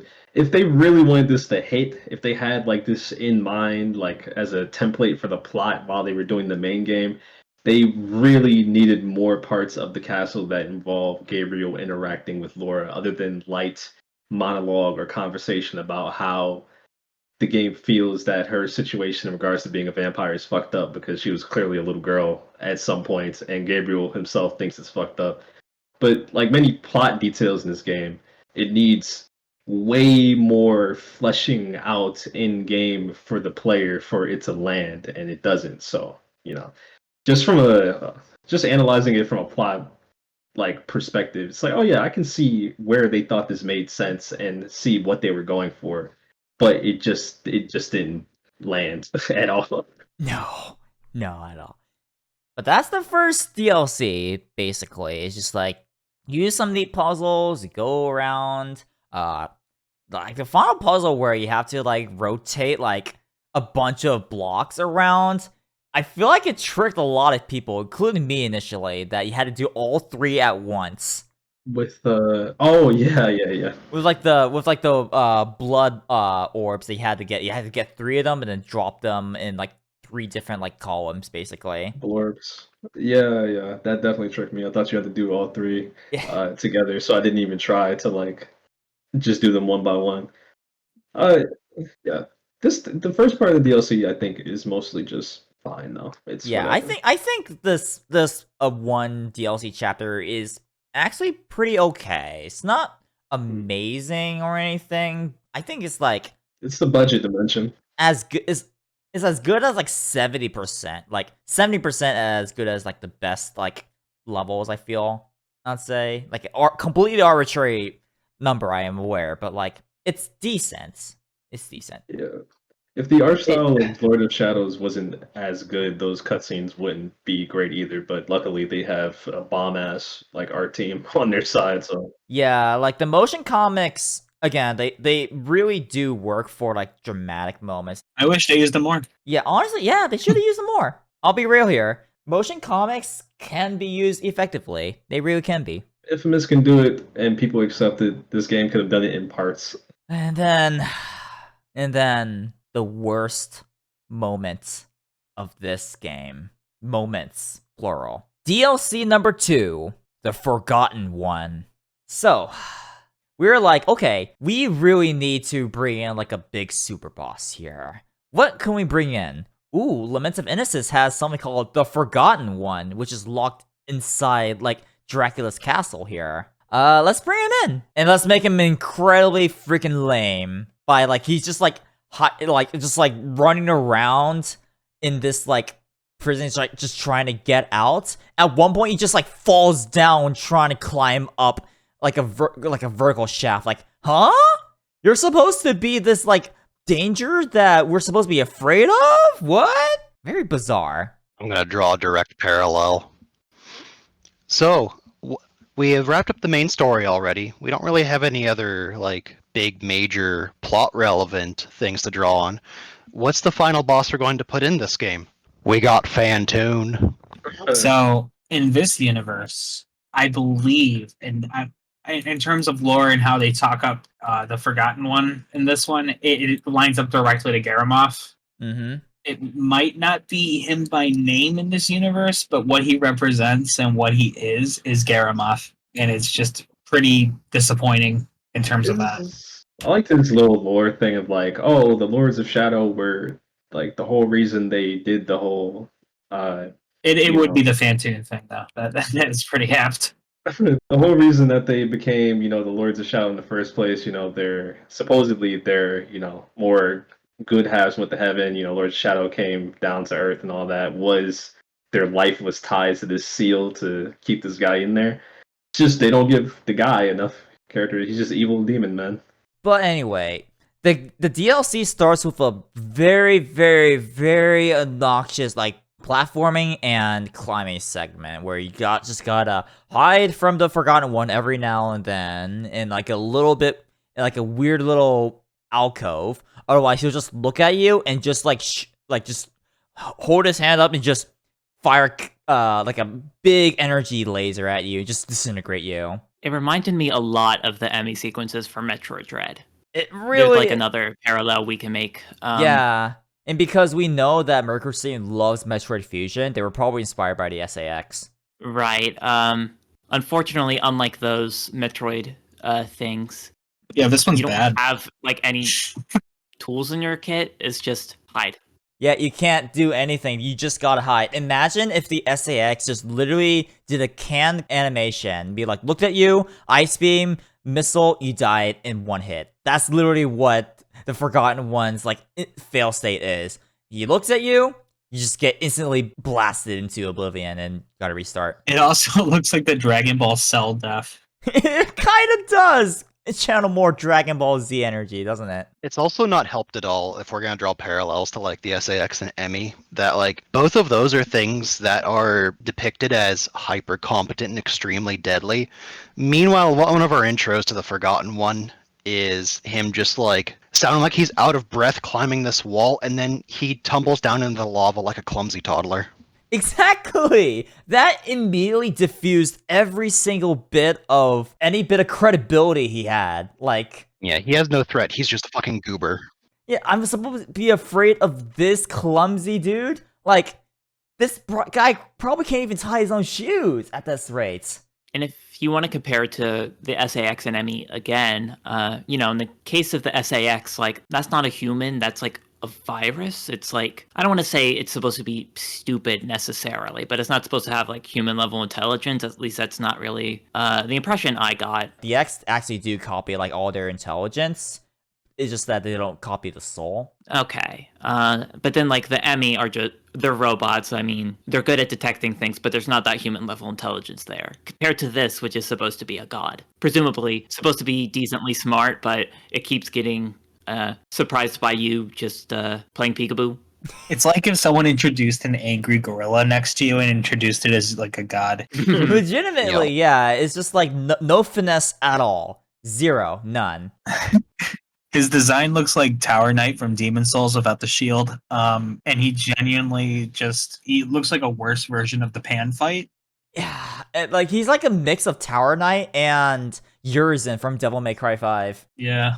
I can't help it. We have this big vertical shaft with rising lava, and Big Dumb Goober falls down into it occasionally. All I can think of is this is just the last boss of Rayman 2.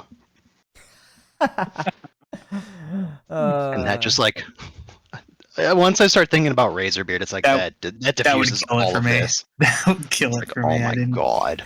Now, Lucario and I were talking about Power Plant from Sonic Heroes, which doesn't have that bit, but Yeah. That doesn't help either, though.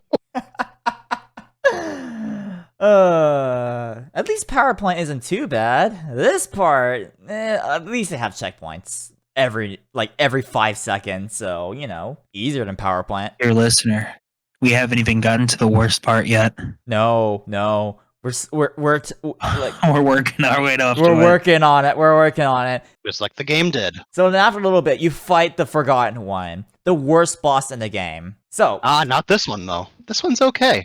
Deceptively. yeah, this one will trick you. Like if you hear all the stories about the Forgotten One sucking ass, this level will trick you into thinking that it's actually not that bad. I don't know what people are talking about. This is acceptable. So you do the fight. You immediately see like one problem. It's only vulnerable at one part of his armor at a time. So like at first it starts like his leg, then later on I think it starts at his body. I think it's like his body for the second part. Either way, it's like it's a different place. And he's also pretty fast and has quite a bit of moves to work with. You can build up focus pretty quickly, especially if you use Guillotine, and you just beat him there. The fight isn't too bad, but he can hurt by quite a bit. But the annoyances aren't there yet until next time you fight him. So you finish that fight, and then you immediately go into a pretty annoying platforming segment. One thing leads to another. The Forgotten One destroys like a weird barrier to absorb it or some shit like that. Very bizarre. And then is like wading through lava still as like you go and like tail him, because like in the middle of him like sucking up the portal or whatever, like you hide away like a cornered rat and try to avoid his wrath yet again. That's the first half of this second part of the DLC. Now, the worst level in the entire game. Again, as I said earlier, that platforming segment. You have to platform across like a bunch of moving like lava islands away from the Forgotten One. And you got to keep doing that over and over and over again until you get to the end. And then a giant pillar just lands in the middle of the lava river. And then you have to climb it. Then the Forgotten One picks it up. And then you have to play a game of peekaboo. And it's just looking around. It's like, huh? What's over around here? I don't know. Nothing's here. Pick it up, and then it'll just use it to destroy another barrier in front of it. And it doesn't even notice you there. It's just like, what? So weird. So bizarre. So dumb. Then you finish off all of that. The next section after this section is the boss. But here, there's a bunch of infinitely respawning skeletons. Their only purpose is to give you focus and light or shadow magic to refill, because they thought that giving you a health refill or a statue just refill all of your focus or your light or shadow magic, that's not true strength. You need to build it back up manually by killing skeletons, some of the hardest enemies in the game. They spawn infinitely. They're only there to give you extra focus or magic. That kind of sucks. Then you come to the very final boss, the Forgotten One V2. Round 2. You gotta take down the rest of the health bar. And the first one is like on his like arm or something. Like the first phase of it on his arm. And now you get to see the worst fucking part of this combat system. Air combat. Ugh. XXA. I had to do XAA. Like that's the only way I got for that fight. I did not use it. I instead just relied on double jumping instead. But even then, like, because you're like so vulnerable in the air, you have to use a stomp. You have to use the stomp over and over again to immediately ground yourself so you can dodge away and then get out of harm's reach, basically. It is worth noting, the stomp you have had the entire game, the game does not go out of the way to tell you this. You can read about it in your, like in the menus. You can read about it in the menus. Unlike most moves in this game, there's not like a tutorial for it, so it's pretty easy to miss. Yeah, it's like you have to actually actively look in there, be proactive of looking in there. Otherwise, it's just not gonna register in your brain at all. But you need that stomp. If you don't have that stomp, you won't be able to go anywhere at all in that fight. There are several overlapping issues that make this fight just dog shit. I wonder if they're the same as mine, because I have a list. Basically, to run down a brief list is he does nothing but speed up. And he has about 4 different like AoE shockwave moves. These are moves that when other bosses in the games use them, it's basically just jump over them. You're supposed to jump. These ones from the Forgotten One, when he does his like ground slams, shockwaves, if you're on the ground, you get hit by them. If you're in the air, you still get hit by them because he has other things that explode around him.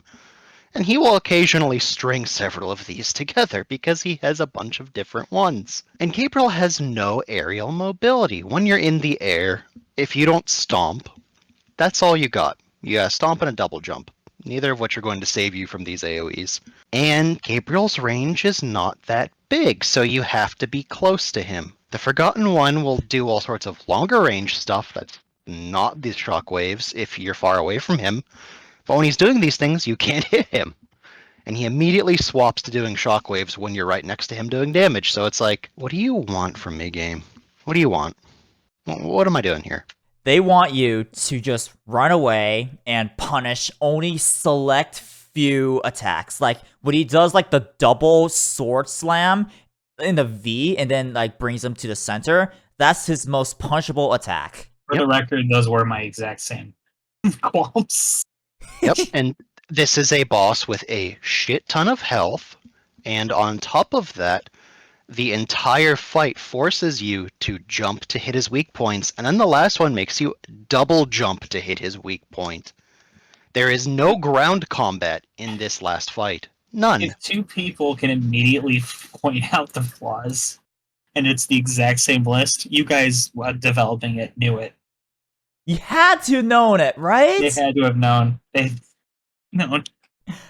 Yeah, it's literally it's like if the stomp was more telegraphed, maybe, but then like the stomp also has its own issue of like L2 plus cross has like another move where you do like a forward jump. If you mash cross too many times, you'll stomp and then go towards him and then you'll get hit again. So you better make sure you don't spam it. Otherwise, things will go bad. There's a few times where I tried to stomp and I felt like the game didn't register it. I don't think that's actually the case, but I do think this is somewhere where I don't think this has come up in the conversation at all, but it is worth noting that dodging and blocking, dodging, parrying are all on L2.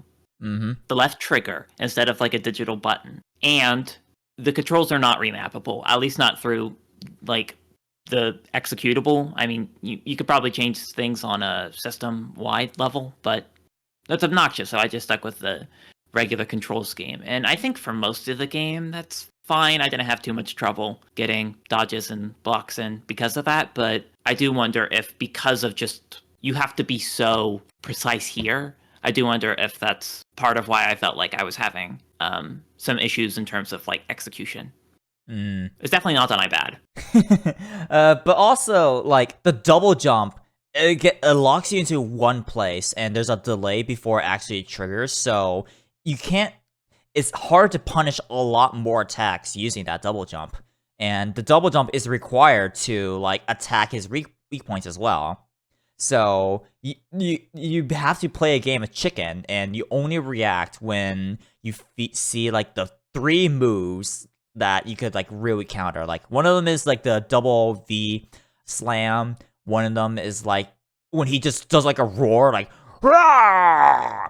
And then the third is, like, when he does, like, an overhead slam. And even then, be careful, because, like, he can then follow that up with, like, 2, like, horizontal slashes that... His little paw slash. Not the claw slash. The claw, like, the slash with his, like, big sword that, like, covers a huge range, and you'll never be able to dodge if you're too close. If you try to punish after, like, the overhead sword swing. And I forgot. So I mentioned the parry and the block before being on L2. That doesn't matter here. Yeah, You it can't doesn't block matter. any of his moves. No. Even though that's been like, you know, in theory it's supposed to be a staple of your kit. I talked about the problems with the parry. Yeah, no, this is the But, boss that I brought up. That just the rules just go away. Yeah. Yep. And this is where the lack of conveyance is at its worst also, because he is so fast. You do not have much time to react to his animations. It's doable, but Not with your moveset. It is reactable. Like, if you, like, keep a wide distance and you only punish, like, the double V on the final phase where he gets way faster, then it's readable, but you have to keep your distance, and it becomes a slog. Gabriel feels very unequipped for this boss. I swear to God, Dante would, actually have a fun time with the Forgotten One. Gabriel is ill-equipped. He does, like, all the shit Forgotten One does, like, at least I feel like if the game let you have any skill expression with some iframes to dodge things in a, like, a tight window, or if you could actually parry the guy, if you were pretty godlike at that, that would at least feel like something. But you can't high frame his stuff, and you can't parry his stuff, so it's like, where's the skill expression here? Where is there anywhere for me to, like, fucking dab on this guy? You can't. You can't jump away. You can't double jump away. You can't really easily influence your double jump away from him like Dante can, for example. And this is the last experience you have with the game. Yes, this is the final part. And super fans of Lords of Shadow who did buy the DLC, who enjoyed the game enough to buy the DLC, this is what they get. This is what they're rewarded with. Like, they paid for this. It's what I deserve. I genuinely wonder who made this DLC. Like, I want a list of names who made this, not for petty reasons, but because I'm actually extremely curious, because the quality drop is so massive, it feels like it was farmed out somewhere. It's either farmed out or, like, it was on a very tight budget with very little QA testing. Like, the boss design is not consistent with the rest of the game. For any grievances you may have with the base game's bosses, Forgotten One is not consistent with them. It just feels like somebody else made this. Yeah. It's weird. Yeah, it's like... And the crazy part is that if Gabriel had a much better toolkit, like, this would be a cool fight. All these moves on paper are great. You're just so ill-equipped. You're so ill-equipped because your double jump is the worst double jump I have ever used in a video game. Again, I swear, Dante would have fun with this fight. Yeah, it would be like Urizen, except not as cool, of course, but, like, still. It'll be fun. Yeah, it would legitimately be a great fight if Dante got to fight him. Because then you actually have Trickster, you'll actually have Royal Guard, you'll actually have iframes on when you jump. That's the most important thing. Stuff like that. Okay, I didn't bring it up for the first Forgotten One fight, but there are QTEs with every single, like, phase change. And thankfully they have checkpoints after each QTE. Oh. Well, on hard mode for sometimes the game would just glitch and reset me to the beginning of the whole fight. Oh my god. What? You gotta be fucking kidding. It was borderline nightmarish. That's No. crazy. The game kept glitching on hard mode. Because on hard mode, if you die and reset, your health bar doesn't fully recover. Oh. It starts you where you started the encounter. Oh. Normal you- does that too, I think. No, normal you restart at half health. You don't even get that. So I had a sliver of health the entire time fighting Forgotten One. Jesus.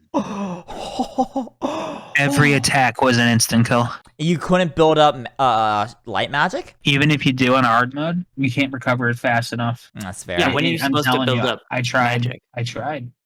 You just try. You build up the meter, and you can because so you can try to get your health back with blue magic, and you can a little bit, but 2 attacks lower it to like death anyway. So you may as well just suck it up for shadow Right. magic. So you basically just play it perfectly.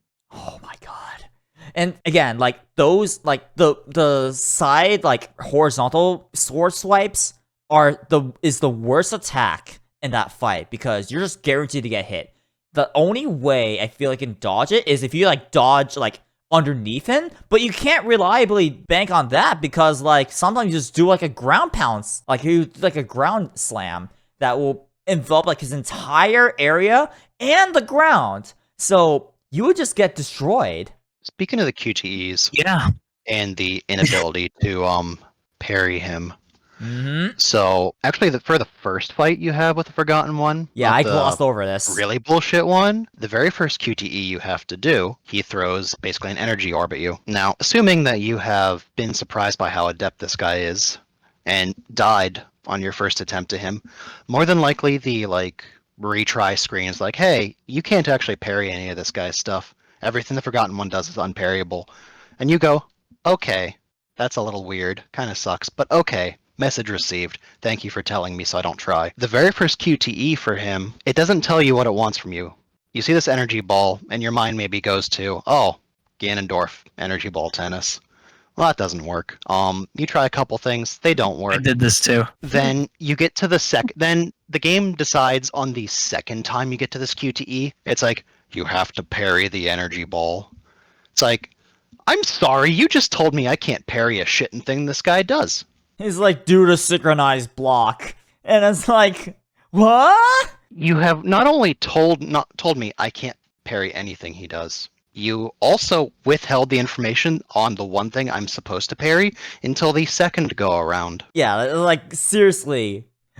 It's like, go fuck yourself, game. Seriously. I am so happy I played this while streaming it to some of you guys. Like I would have. I mean, I already did die a few times to some of these Mhm. kind of things, Yeah. but it would have been even worse. And if you fail them, he gets all his health back. So, or not all of it, but at least some of it. It depends on the attack. It's so awful. Like the QTs are like also really just annoying because like and in the like the actual bad part, one of the parts I think it's a second at the end of the second phase of that second fight. You have to like grab these 3 spikes on the ground and redirect it back at him with like a reticle. Like you have to aim it back at the Forgotten One. The reticle drifts. It drifts on purpose. So you have to like line it up with it and then just quickly hit the button to send it back at him. If you miss, do the entire QT again after deleting like a little bit of his health again because he restores a little bit of health. Not all of it, but enough, which is annoying. So you gotta do it again and hope to God you can do it again. Like it's really annoying. It's super annoying. It's such like a bad like mechanic to really like introduce way late into the entire experience. I would rather just have a normal QTE, which I already don't like normal QTEs as is, but like boy oh boy. Again, to compare to what they eventually do with Metroid, which it's nice to see they learned their lessons. I'm not always in love with the QTEs in those boss fights, but at least your option there is just hit the parry button. There's not really any ambiguity. Whereas here, there's a little conveyance. They try a little, but again, this boss is really the culmination of all this game's worst problems. Basically, anything we've complained about during this entire discussion, it all comes to a head here. All of this, you're probably going to die in this boss fight. Through 99% of the game, when you die, the menu for retrying gives you like a little tip on how to like do whatever you died to correctly. And they're always like written just kind of helpfully. They're pretty, inoffensive. It's just like, yeah, you should do this instead. That's what you got to I know do. where you're going with Whoever this. wrote the tips when you die against the Forgotten One, this awful dog shit boss fight, whoever wrote those load screen tips was being a smartass the entire time. Stop fighting like a dairy farmer. It's like, what? What? I'm What? sorry. Go fuck yourself. Yeah, You made a seriously. terrible boss fight. Yeah, you don't get to reference another game like this at all. Oh, by the way, there are a lot of like weird other game references. Some of them are pretty funny, like Aperture, like magic for like portals and like the end of like the base game. That was pretty funny to a degree. There is that cake is a lie bit. There is the cake is a lie, the pinnacle of Yeah. humor from 2010. So funny. So funny. Laugh. If it only came out 2 years later, we could have gotten Arrow to the knee. We would have gotten that, and it would have. Oh my god, it would have been just as bad. Oh my god. Ugh. Yeah, like memes like that is like no. But yeah, it's like that one like hopeful tip of like stop fighting like a dairy farmer. Seriously, like insulting, incredibly. Don't play the DLC. Just Google it. Yes, do not play the DLC, please. Honestly, the first DLC is like not that bad. Yeah, the first DLC is fine. You could play the first one. The second one, don't. I like that one, but like not Resurrection. That's what was the other two. I don't even know what the second is. I know the first one's Reverie. I don't know what the name of the second one is. Revelations, maybe I don't remember. It might have been Dog shit. something. It's bad. All right, let me see. It is called Revelations. Okay. The revelations how bad this combat can get. What was revealed here? That wasn't like. Nothing. Sorry. Revelation that Gabriel became Dracula. Well, okay. Revelation is the name of the DLC in Lords of Shadow 2. I should clarify. Oh, Okay. okay. My mistake. Yeah, but yeah, it's like this DLC is a whole lot of nothing, especially in story departments. Like Gabriel becomes a vampire, kills like a random ass giant space flea, essentially. So did they like see the criticism like, oh, this game isn't Castlevania, it's not NES hard, it's not Nintendo hard, and they just put the Forgotten One in? Because that's how I view it. It's like we gotta put in another Castlevania reference. We gotta make the game just hard. They said the game's too easy, and they just put like an unbreakable wall. And then here's Slagra in a statue in DLC in the Jesus DLC. Christ, dude. I posted in the chat, but I felt like I beat Millennia. Like I was so. Everyone wished me good luck when I said I was playing this on hard, and I was like, oh, it can't be. I mean, I beat it when I was like in high school. I got it. Nah. The boss on normal and the boss on hard are two different. It's just the health pools are way more on this one enemy as opposed to the rest of the game. It's just impossible. It's near impossible. And there's a higher difficulty than hard. There's a very hard. I don't want to do that. I'm never touching that. There's more. There's more. There's another. What would that do? Would that like triple the health from hard and make I you don't die in know. one hit? I mean, I die in one hit regardless, so like I imagine it would just make even more health on it. It wouldn't be good. I don't play Lords of Shadow on Paladin. It hit you so hard you lose all your checkpoints? Yeah, it resets you to the beginning of the game. Oh my god. I saw a just- YouTube video of somebody can't even hypothetically fathom it. doing the Forgotten One, like damageless. I saw that and they reset. That guy's Yeah. an asshole. He's a liar. They reset like 50 times. The video is 48 minutes long. I saw the exact because I googled it too. I was like, there has to be a fucking easy way fit. I'm just missing. Wasn't. You watch that, and it's just a video of lies. Dude, and every comment's like, you're full of shit. It's just so mad. Will you go into like a video looking up, like if you're looking up like no damage video, be like, oh, how do I do this properly? What's the tells I'm missing? Yeah. And there's no information. It's just like you figure it out. There's no information, and it's just, you just gotta wait. You have to wait like 5 billion years. It's terrible. I could have wrote a guide for this fight. The time I finished it. I honestly, the sick, twisted, like, disease in my brain is like, you should go back on hard. Suffer like Dave. I'm telling you now. I'm telling you now. I know it's against my better judgment. I know, but still, It's not good. I put my hand on the hot stove enough as it is. No, thank you. No. I'm someone who adores this game. No. Yeah, by this point, my hand is just a burnt iron cinder. But then the third phase doesn't have a QT at the end. But in exchange, it's way faster. So all the problems get even harder. Oh, and guess what? As I said earlier, the weak points move after each phase. The final phase is on his head. His goddamn motherfucking head. Double jump. You gotta double jump even more, and he's even faster. Oh my god, it's so bad. I put this fight on easy. I didn't care anymore. I don't honestly. You should put it on easy. If you fight the Forgotten One, this is a PSA. Put it on easy. There is no shame. No fucking shame. It's terrible. Like, please put it on easy mode for the Forgotten One. You have to. You literally have to.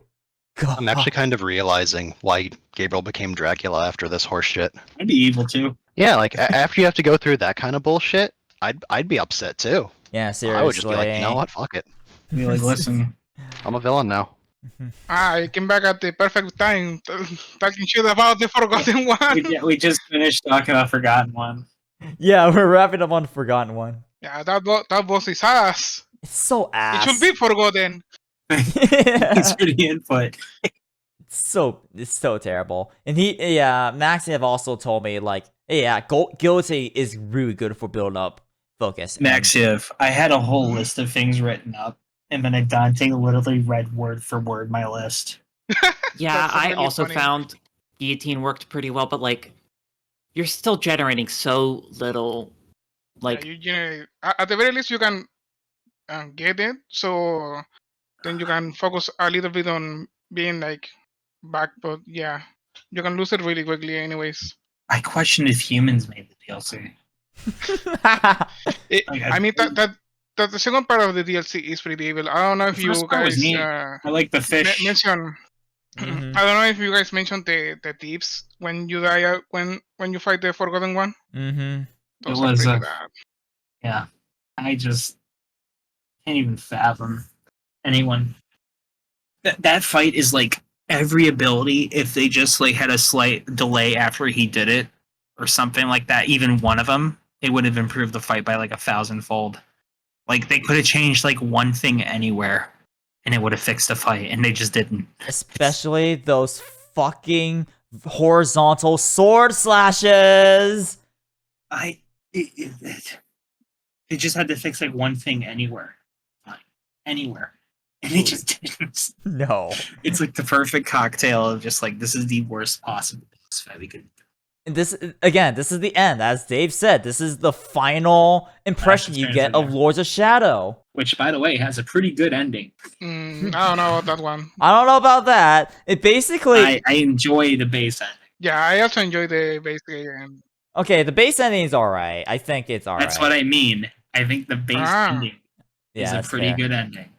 This The actual ending of this game with the DLC, no. Yeah, the ending of the DLC is like, okay, it's basically just like a Smash Bros esque footstool jump, and then you just get the even fight him in Final Destination. You fight him in a floating abyss thing. seriously, it's like the most some of the blandest like arenas possible, and then like you do like a footstool jump on him, you get like a power that he's trying to absorb. He goes no, and then you just destroy him. It's like, forgive me, my liege. I'll serve you now. And then Gabriel is like, just wordlessly destroys him.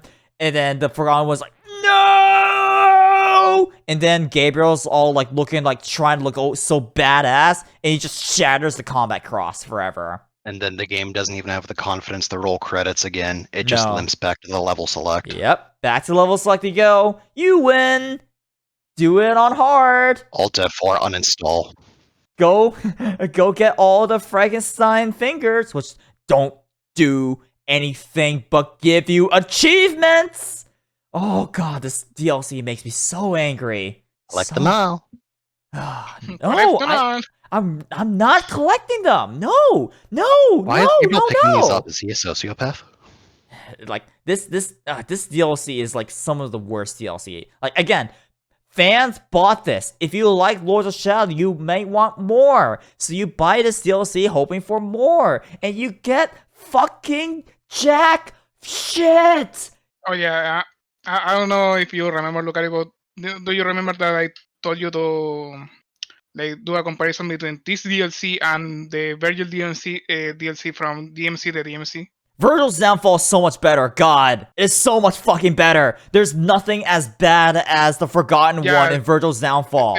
Yeah, the only good thing about that DLC is that it doesn't have a cheaty boss, but it does have like a cheaty story. But that's DMC, the DMC, anyways. Yeah, it has a bad story, but you can at least sleepwalk through it still. It reminds me of Sonic Frontiers' final DLC, The Final Horizon, Yeah. in terms of there's like some fun to be had with platforming and puzzles. I actually enjoyed that DLC well enough for what it was, but they give you a lot of combat scenarios which the game is clearly like not mechanically equipped for. Yeah, like to do like a very light tangent, one of them requires you to parry in the air multiple times to like send a buzzsaw back and forth. When that's not something that the game really like telegraphs as well. Like it has the same telegraphing problems as Lords of Shadow. Right, and in Sonic Frontiers it doesn't matter as much because in the base game you just hold L1 and R1 and you parry anything. You really do not have to time it. But you do in the DLC, and that's what makes that more frustrating. And in Final Horizons DLC, not to turn into the Sonic Spoilercast, but like in the DLC of that, your parry window goes from infinite to insanely tight, so it makes bosses so much worse. I really like the window's not too bad if you turn it down to easy, but yeah, but if you turn it up to hard, it's like near impossible, or even normal. For God's sake. I think normal's not as bad after an additional update, but that's beside the point. Yeah. This is not a Sonic Spoilercast. This is a Castlevania Spoilercast. So closing thoughts, you guys think? Are we about done? What do you want? Or do we have anything? I think we aired out all of our grievances with the DLC at this point, and everything else with Lords of Shadow. I think my final closing thought for this game is Closing thoughts. there are so many things I could complain about with it, but overall, the game was really not that bad as a whole, and I actually still finished the game and enjoyed it at parts. So, despite all of my grievances, I'll go ahead and give this game like 6.5 out of 10.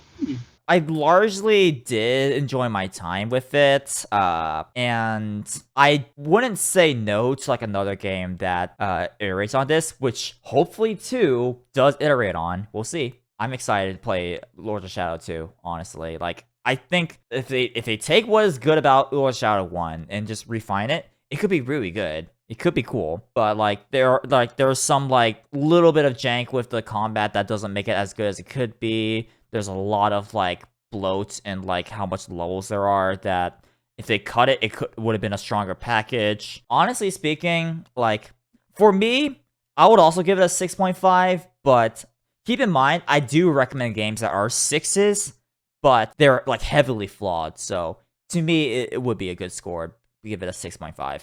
I can see why this game can piss a lot of older Castlevania fans, but as a non-fan, as a casual fan, you can even say, this game is alright.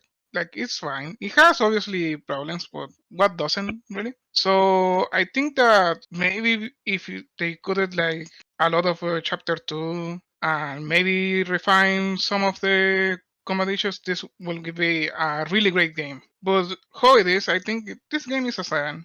I think this game is alright. Like, I will play it anytime, any day, and I will be like, yeah, that's fine. I'll go because I'm the more negative of the two left. So I did not have fun with most of this game.